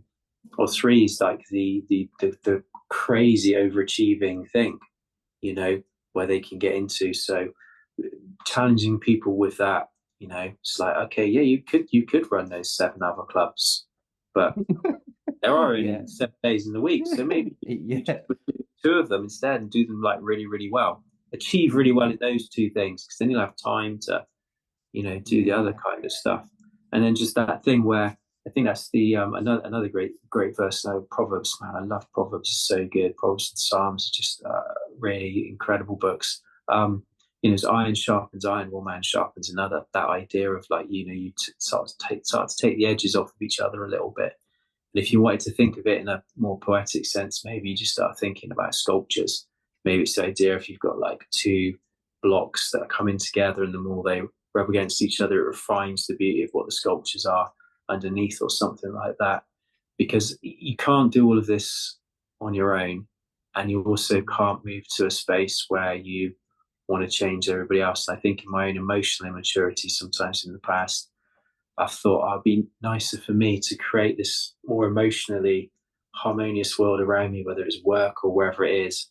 But then as you get older, you just go, no, I have to accept that these are the people that I work with. This is how they are, in the same way that they have to accept me. So how can I stay true to myself, but then find ways to make bridges towards these people, whoever they are. And it could be other sort of types as well, whether it's like, I don't know, say somebody who's a two who's just got a lot of explosive anger because they kind of go into eight and not really realizing, oh my gosh, that's happening, and then feeling that they're like mildly crazy, because like it's this really caring, wonderful, hearty person who bakes cakes for everybody and does all of these lovely things, then suddenly just goes, Yeah. and everyone's like, oh my god, where did that come from? Yeah. So there's loads, yeah, there's loads of opportunities, I think, with the Enneagram to use it as a tool, as a shorthand for understanding not just yourself, other people, but then as importantly the dynamics between people and how you can take some of the edges off of each other, then also how you can kind of move kind of closer together. Amen. Yeah, like I've heard it said in Enneagram circles that I've been in that if we really want to do our inner growth work, be in relationships, because that Yeah, is where we are going to come up against yeah, ourselves. yeah, yeah, yeah, And yeah. if we can be with people that have done their own kind of inner work to a point, like you've said before, and I agree, it's a lifelong process, a lifelong journey. But 100%. if we can hold space for ourselves being imperfect beings, and we can hold space for ourselves, then we can hold space for other people being imperfect beings, and we can almost kind of like love each other into better people, um, if that makes sense. Yeah, no, that's a Yeah, lovely phrase. I like that. yeah. Yeah, that's great. So Jason, like we've shared a lot about you know, the Enneagram and in the context of Christianity and being a Mm. four, a self-preservation four. Um, I'm just interested to know what your journey was like, landing with four. Like, how did you discover that you were a type four? And did you think that you were other numbers before going, I'm a four? Yeah, that's a great question. Um, I think I I think I was probably one of the strongest things I was attracted to was the individualist. I Okay. mean, and again, go back to childhood stuff. So I'm an only child, and then I had a very strange dynamic in that I went from being an only child. Parents broke up, and then a year or so later, my dad got involved in this new relationship with this lady who had two kids already, and so then I moved into their family. The five of us created this family, and I went from being only child to what has been referred to as the overlooked middle child overnight. So Mm, suddenly I've got this older step sibling and this younger step sibling, and there's me like mm, smack in the middle. And it did feel very much like going into their world because we moved into their house, which was quite unsettling and difficult for me, because it was like eight at the time, seven, eight at the time. And yeah. so I think there were seeds that were sown around there for to get attention from other people. I need to be different. I need to be unique in some way, Interesting. because I can't be the younger child and get younger child privileges. I can't be the older child and get to do everything first and all of those other bits and bobs and stuff. And then also there's a lot of competition in that family environment for all sorts of things. So I found myself having to almost like trying to kind of, because there are some things I couldn't compete with. So older sibling, or step sibling was male, so he kind of wins every because he's bigger and stronger than me, and in that kind of dynamic, it's like I can, get to the cupboard first to get biscuits out because he's going to get them before me and he's bigger than me and he could take the biscuits off me anyway. Do you know what I mean? Or whatever it is, kind of silly little like familial things like that. So I think there's a thing there. Then I think there's also a um, desire to want to create my own things, but also not be identified with the same things that other people are. So it's almost like, you know, here's people in your family that they like all these things, so I'm going to not like those things because I want to have my own identity and my own kind of sort of way of doing things. So I think that's going back to the idea of a childhood root, of potentially some of that kind of stuff. So I think the individualist was the big part of it. I know other people will look at fours and say, the romantic. There are those components to me, can be that kind of sort of fanciful thing. There was a thing that I read one time, somebody said about fours, where somebody said, oh, yeah, there's this guy that we knew, he was a four. And we were in this place, and we were supposed to be doing this one thing. And it's like a retreat or something. And he just went off on his own, locked himself away, and like wrote a symphony on his own in his room when he was supposed to be doing other things. And I was like, yeah, that's the kind of thing that I would do. Not that I could write a symphony, but the idea sometimes of people are doing something one way, and I want to go find my own way of doing it and do something else, So I think the idea to be individual, the idea to be unique, I struggle with liking all the same things that everybody else likes, doing them in the same way. I'm often the guy when people are going, hey, let's go this way. I'm like, yeah, but what's this way?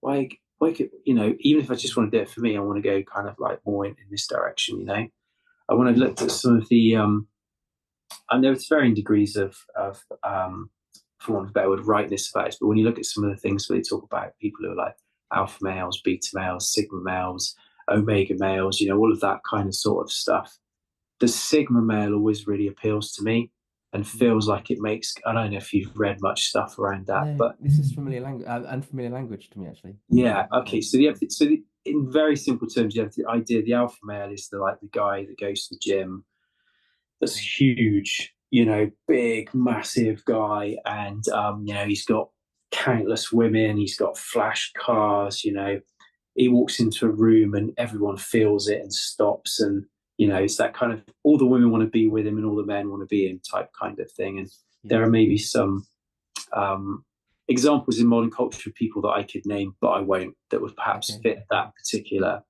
sort of stereotype. Then you have the idea that beta male is the more sort of easier going, not physically big and imposing kind of guy. So I suppose you would maybe say more of a regular guy.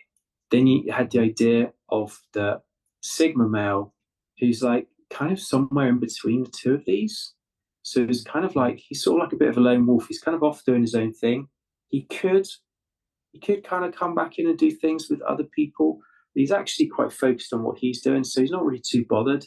Whereas the beta males, people will say, are like more looking for people's approval, whereas the alphas are just looking to dominate and to be in charge type thing. Whereas Sigma's just like over here, kind of sort of doing his own thing, his own little world. And I think that resonated a lot with me, particularly, I think, through a lot of my teenage years, the idea of me just spending hours just on my own, just in my room, playing guitar, listening to music, trying to, create this whole, like, almost fantasy world of myself. All these like posters on my bedroom wall of bands that I was into and guitar players, and just imagining myself like playing Wembley or wherever it was, that kind of thing. And then went on and played in bands and did stuff like that. So there's that strong, I think, it's an individualistic thing, a romanticism, a creativity, but then also a recognition about envy, of like how with fours, envy tends to be more, certainly in my instance, has been more around relationships and the idealization of things.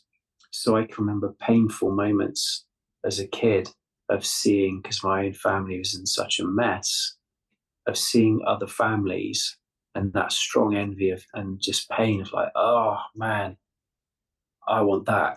I don't have that. So it's one instance I can think of being at a swimming gala and seeing these three kids that I was at school with. There was twin girls and their younger brother and a mum and a dad. And the younger brother was in the swimming gala. The two girls weren't. They were the same age as me. Some probably about like 11, 12 maybe at this point in time, something like that. And I can't even remember who I was at swimming gala with. I even got females there on my own, which is like very that kind of thing, four type thing. and just seeing them, just seeing the family dynamic. And this kid was a Mm. terrible swimmer, you know. But his two parents there, his two sisters, and they're just cheering this kid on, going, "Yay, come on, woo!" And he's getting out of the pool, and they've got a towel for it. You know, it's that whole kind of like thing that feels like maybe a very American movie, you know, almost like the Yeah, yeah, perfect sort of family. And just the envy of that, of like, oh, yeah, I want that. I yeah. don't have that. I'm not gonna, you know. So that was Mm. a part of it as well. Um, I think those were probably the key things. And there was a funny little thing as well, which happened where, as I was kind of chewing it over in my head, and I was thinking, no, I think this is where I am. I've been quite into superheroes and fantasy world. Grew up with Star Wars. Just to be clear, Disney Star Wars isn't Star Wars. Just so we're clear on a very important point for anybody listening. Um, so when I say Star Wars, I'm not talking about what Disney's done, but grew up with those things, and that always resonated with those types of characters. Almost like the lone guy who's a bit broken, but then gets to go on a heroic sort of Mm. journey type kind of um, thing. And there was another point I was trying to make there, and I've lost it now. I've forgotten what I was going to say. If it's important, I'm sure it'll come back to me. Superheroes. Oh yes, that was it. The superhero thing. Yeah. So I'd often buy like bits of merch, so t-shirts or a hoodie or something. I mean, I had Captain. I saw that. Yeah, Captain America. Yeah. But this is great because it's original. You can't. This is like a one-off type thing. You can't really get this anywhere else. And there was a thing where I bought a Fantastic Four t-shirt, and I'd never given it any thought. I just seen it on eBay. And go, oh, that's cool. Because again, it's like not many people were wearing it. So it's blue and it's got like the big kind of four in the middle. And I'd worn it loads, and then even taken a photo of it. I think put it on Facebook or something like that.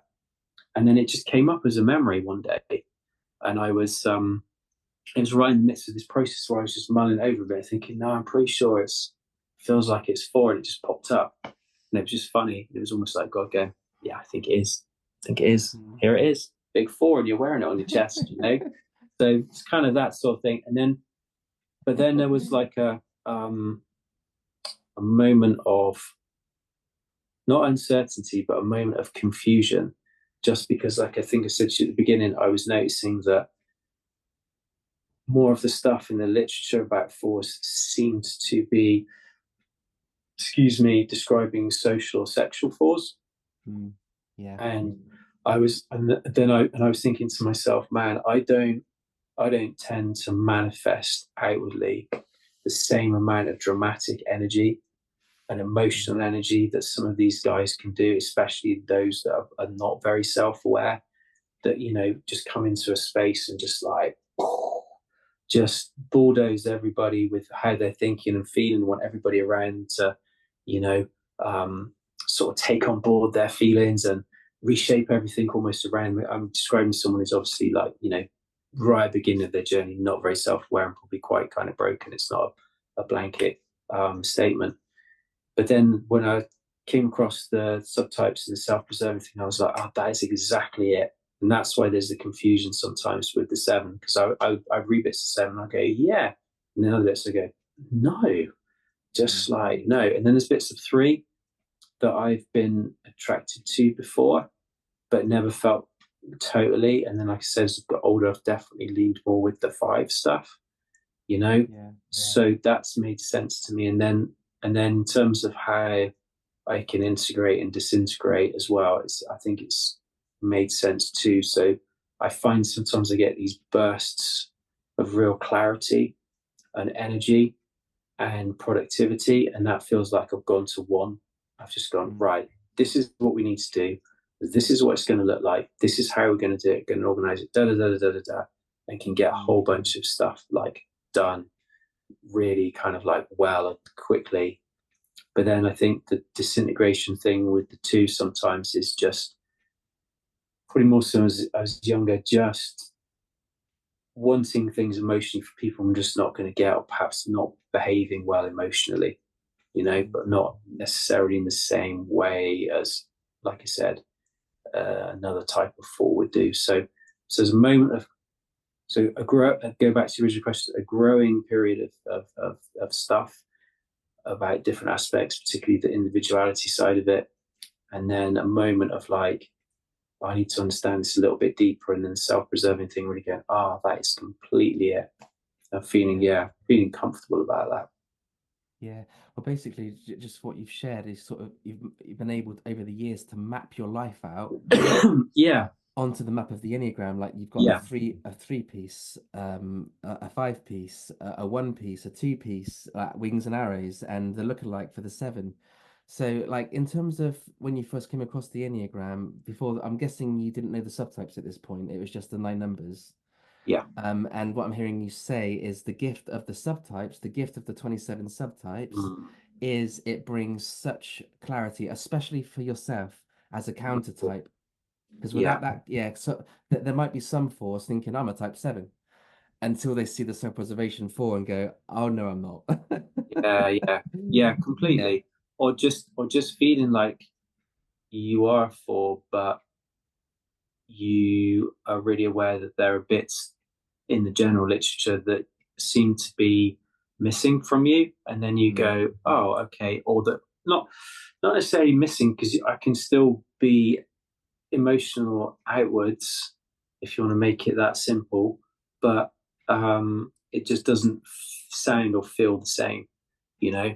So if I watch, so for instance, you mentioned Richard Rohr earlier on. So there's some stuff of his that I like, and one of the things that he did that I thought was quite interesting, although I think they're quite old now, is he did this teaching on the Enneagram, where he went through all of the types, but he framed it very in a very specific way, and it was all about it's just definitely going to be the type that you hate, that you can't stand. That's you.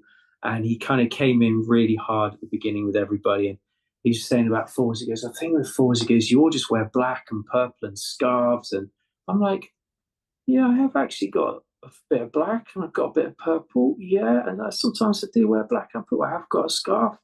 I don't wear it all the time. Do you know what I mean? And then there were other things that he was kind of saying too, which again were much more that uh, I use the word explosive. Maybe that's not a dramatic is maybe a better word, you mm, know.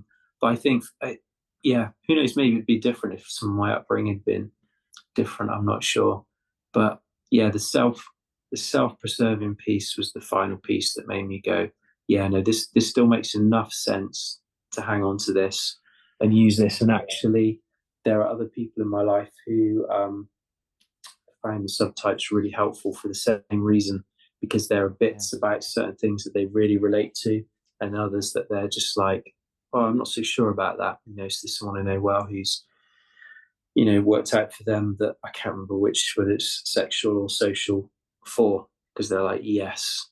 Whereas Yeah. they look at me and go, yeah, because we're not alike. We're, in some ways we are, but we're different.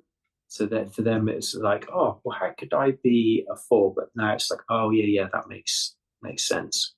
Yeah, thank you, Jason. And yeah, like type fours and type sixes, especially, the subtypes are radically different.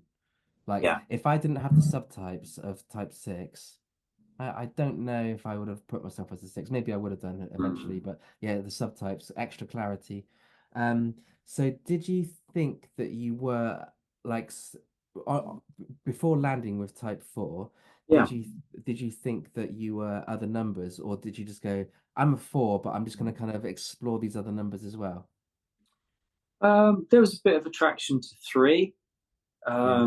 because there are times in my life, I think, where I've strived to achieve certain things, and I think the idea of the three, um, being quite a sort of a charismatic achievery type, I could look Mm. back and go, yeah, there was periods. So there was a period where I was teaching, which was a bit ridiculous, really, where I was teaching about 4 or 5 different subjects. I was running a football team. I was running a chess club. I was trying to do a school radio station. I was Wow. teaching kids to play guitar after school, and it was like, and then we had we had a staff football team where we play against other schools, and then I just thought it'd be funny to do a little match report. So I used to just do a little match report and then just stick with it, which was humorous, and just stick it on the staff room wall. And I look back on that and just think, man, I was like really overdoing it. Do you know what I mean? So I think there was an idea of, oh, like maybe three. There's an idea of maybe seven. Mm. There's an idea of maybe nine at one point in time. Okay, yeah, okay. Just from the perspective of the quite easygoing Yeah. outwardly, but I think there's too much going on in here for that. But then I've also, as I've gone on, and I'll probably get the names of this wrong, but I think, is it the, when they're talking about, is it the Hornavian types, where they talk about how Yes. different, so you've got 4, 5s and 9s are all the withdrawn types, That's right. Yeah, yeah, and then I yeah. can't remember what the other ones for the other ones, but so that's why I think there's some resonance with me with 4, 5, and 9 for Mm. that reason, because I would tend to I would tend towards withdrawing a lot. Um, but I when I did I don't know if you're familiar with the KLLP stuff, the life languages thing, but in that context, my stuff came out as contemplative influencer, and then other things, and that made sense to me because that's what I tend to do. I tend to withdraw to have a recharge because I'm more introverted than extroverted, but also tend to withdraw to create something or pull something together, and then as soon as that I want to come out and go, you know. So, but being a pastor of a church for nearly 20 years, the biggest manifestation of that obviously was Sundays. You know, withdraw, prepare something for a Sunday, come out, do a Sunday, you know, do the services, those kinds of things, and then kind of withdraw because it's always that thing. I don't, I'm not completely withdrawn, just shut away from everything else. You know, if Mm. I was, I'd be a 5. That would be the Yeah. thing. You know, just tumbled into that. But I need to come out and interact with people and want to do that kind of stuff. So Yeah. never had any real resonance with 8 or 6 or 2 or 1 really. Mm. It's mostly been around 3, 4, 5, 7, and 9. But Mm. serious consideration predominantly given to 4, 7 a bit, 3, and periods of time 9. But then a funny Mm. thing we had uh, we went to a spiritual director training. One of the exercises we did, we were uh, getting to know the Enneagram, was the person who's doing the training put all the numbers on the floor, Okay. and you're invited to go and stand next to which number you thought. And this was really funny because everybody went to the next to a number, and then and I was pretty at that point. I was quite confident about 4. I was like, yeah, yeah. So I stood by 4. Then someone else came to next to me, and I was so offended. Because I'm the yeah, Exactly, because I'm the only 4. What do you mean you yeah. can't There's be? only one four. Exactly, there's only 1. That's like there can't be 2, and nobody had stood on 9, and I was like, Okay. I might just go and stand on 9 That because I just want to be on my own. I'm not sharing this with anybody else. I love that. So maybe that was maybe that's why I Wow. started more considering 9 of just going. Oh, well, that'll be a 9 then, because then at least I could be I just love that. I love that. hilarious. Yeah, and linking that simple exercise, although maybe in some ways it wasn't simple, to your life story, like your Mm, psychologically speaking, your life story of having that experience of going into a different yeah, yeah, family at such a young, tender age, and then literally needing to do that, like literally as a kind of way of being in the world, like it's yeah, it's it's a big piece, it's a massive piece. yeah, yeah. Feels like it Um, is.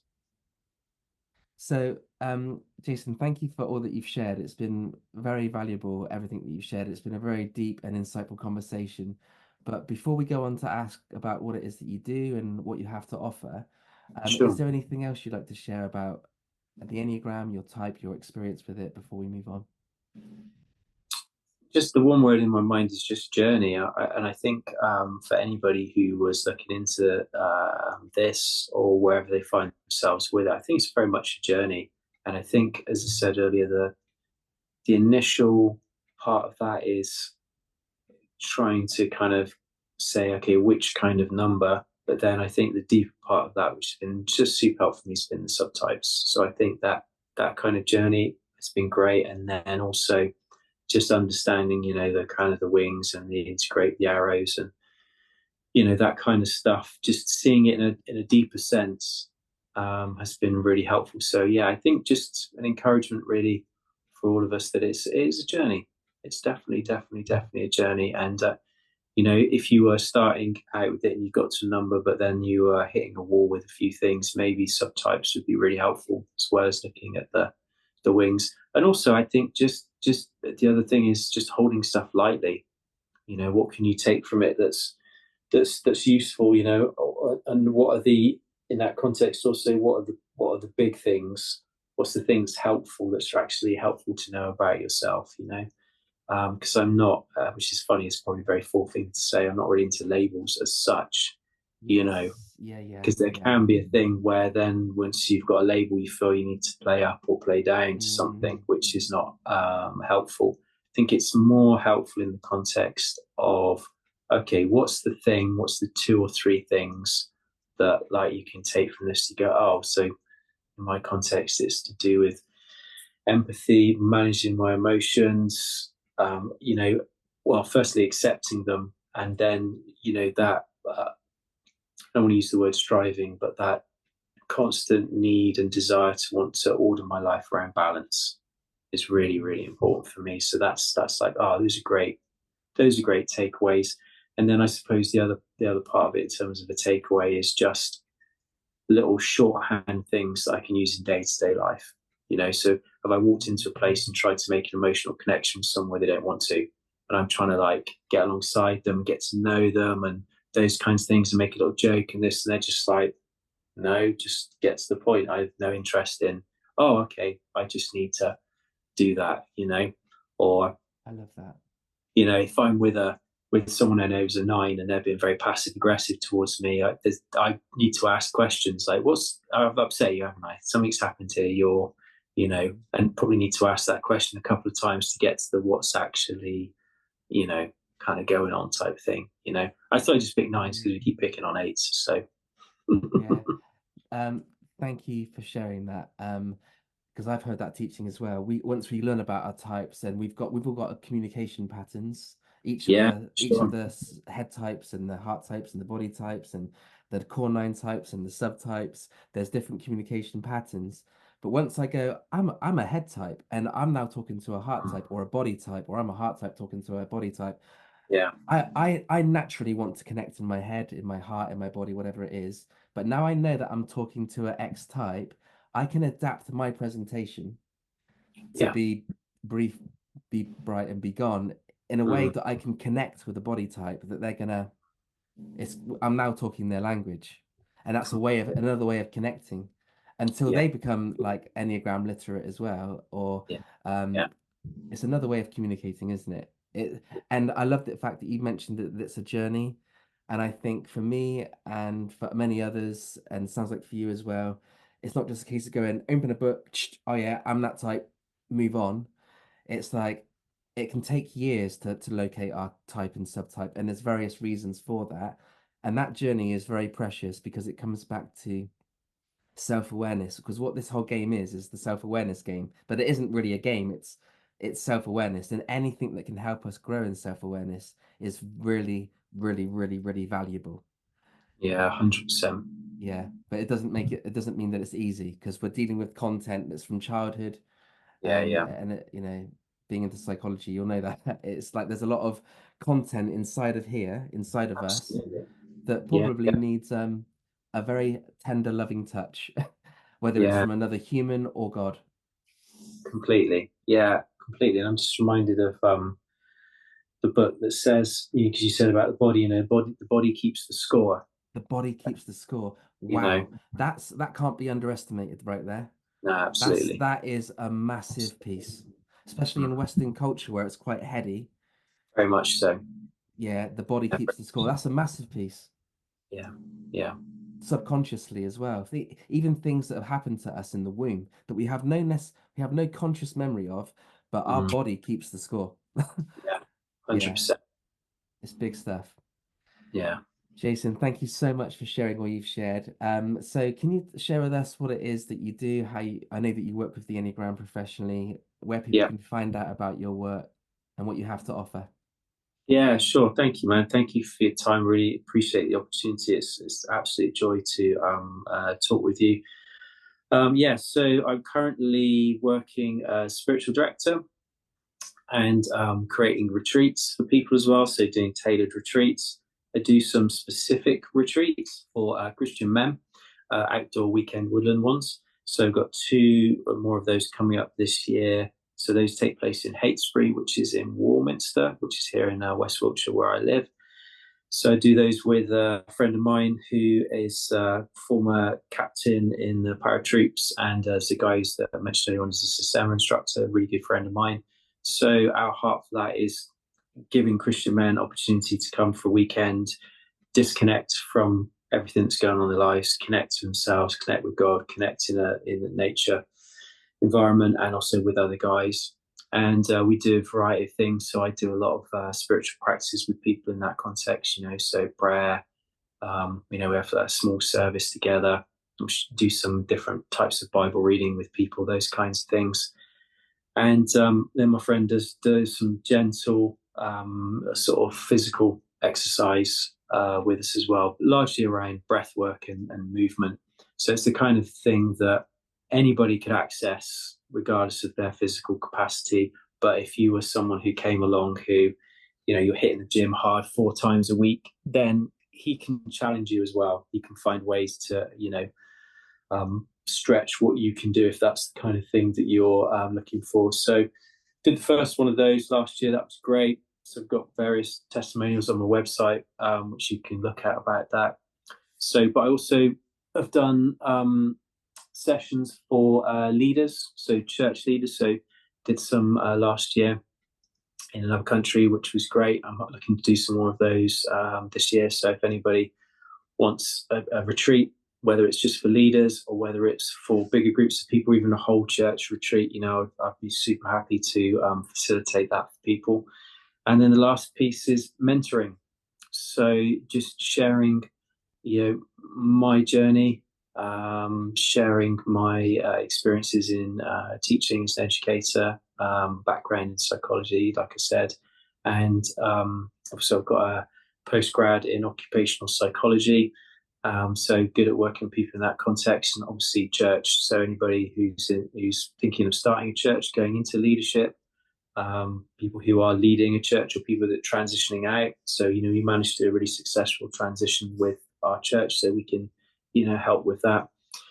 So done some mentoring work and looking to do more of that, and love the opportunity to work with churches, church leadership, whether it's obviously Vineyard is where I did a lot of work, but happy to in any context, any Christian context, to do that kind of stuff.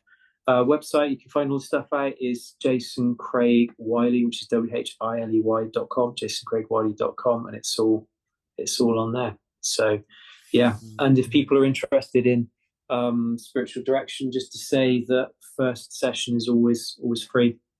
So if people want to try one, they can come and try one, and then we can go from there. That's amazing. What's a good email address for you, for people to reach out to you?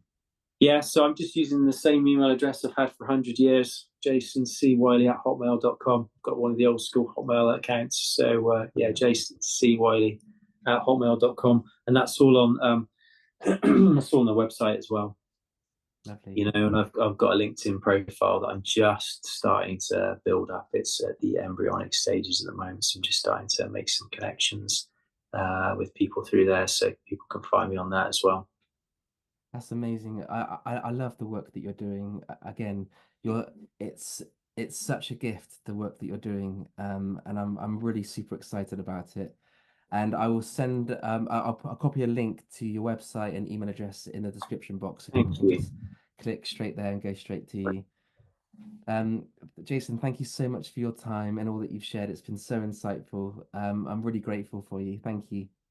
Thanks, Matt. Appreciate it. Super welcome. Really happy to do it. And I think what you're doing, and I think the way you're doing it, and the way that you've grown in what you're doing, and I mean that in the most non-patronizing way, but I think I can say that as a slightly older gentleman, is great. Really do, mate. And look forward to seeing other ones you do with other people. Let me know when you've got all 27 done. Yeah, hopefully sometime this year. Yeah, awesome. Thank you. Okay, thank you, Jason. Thank you. Take care, man. God bless.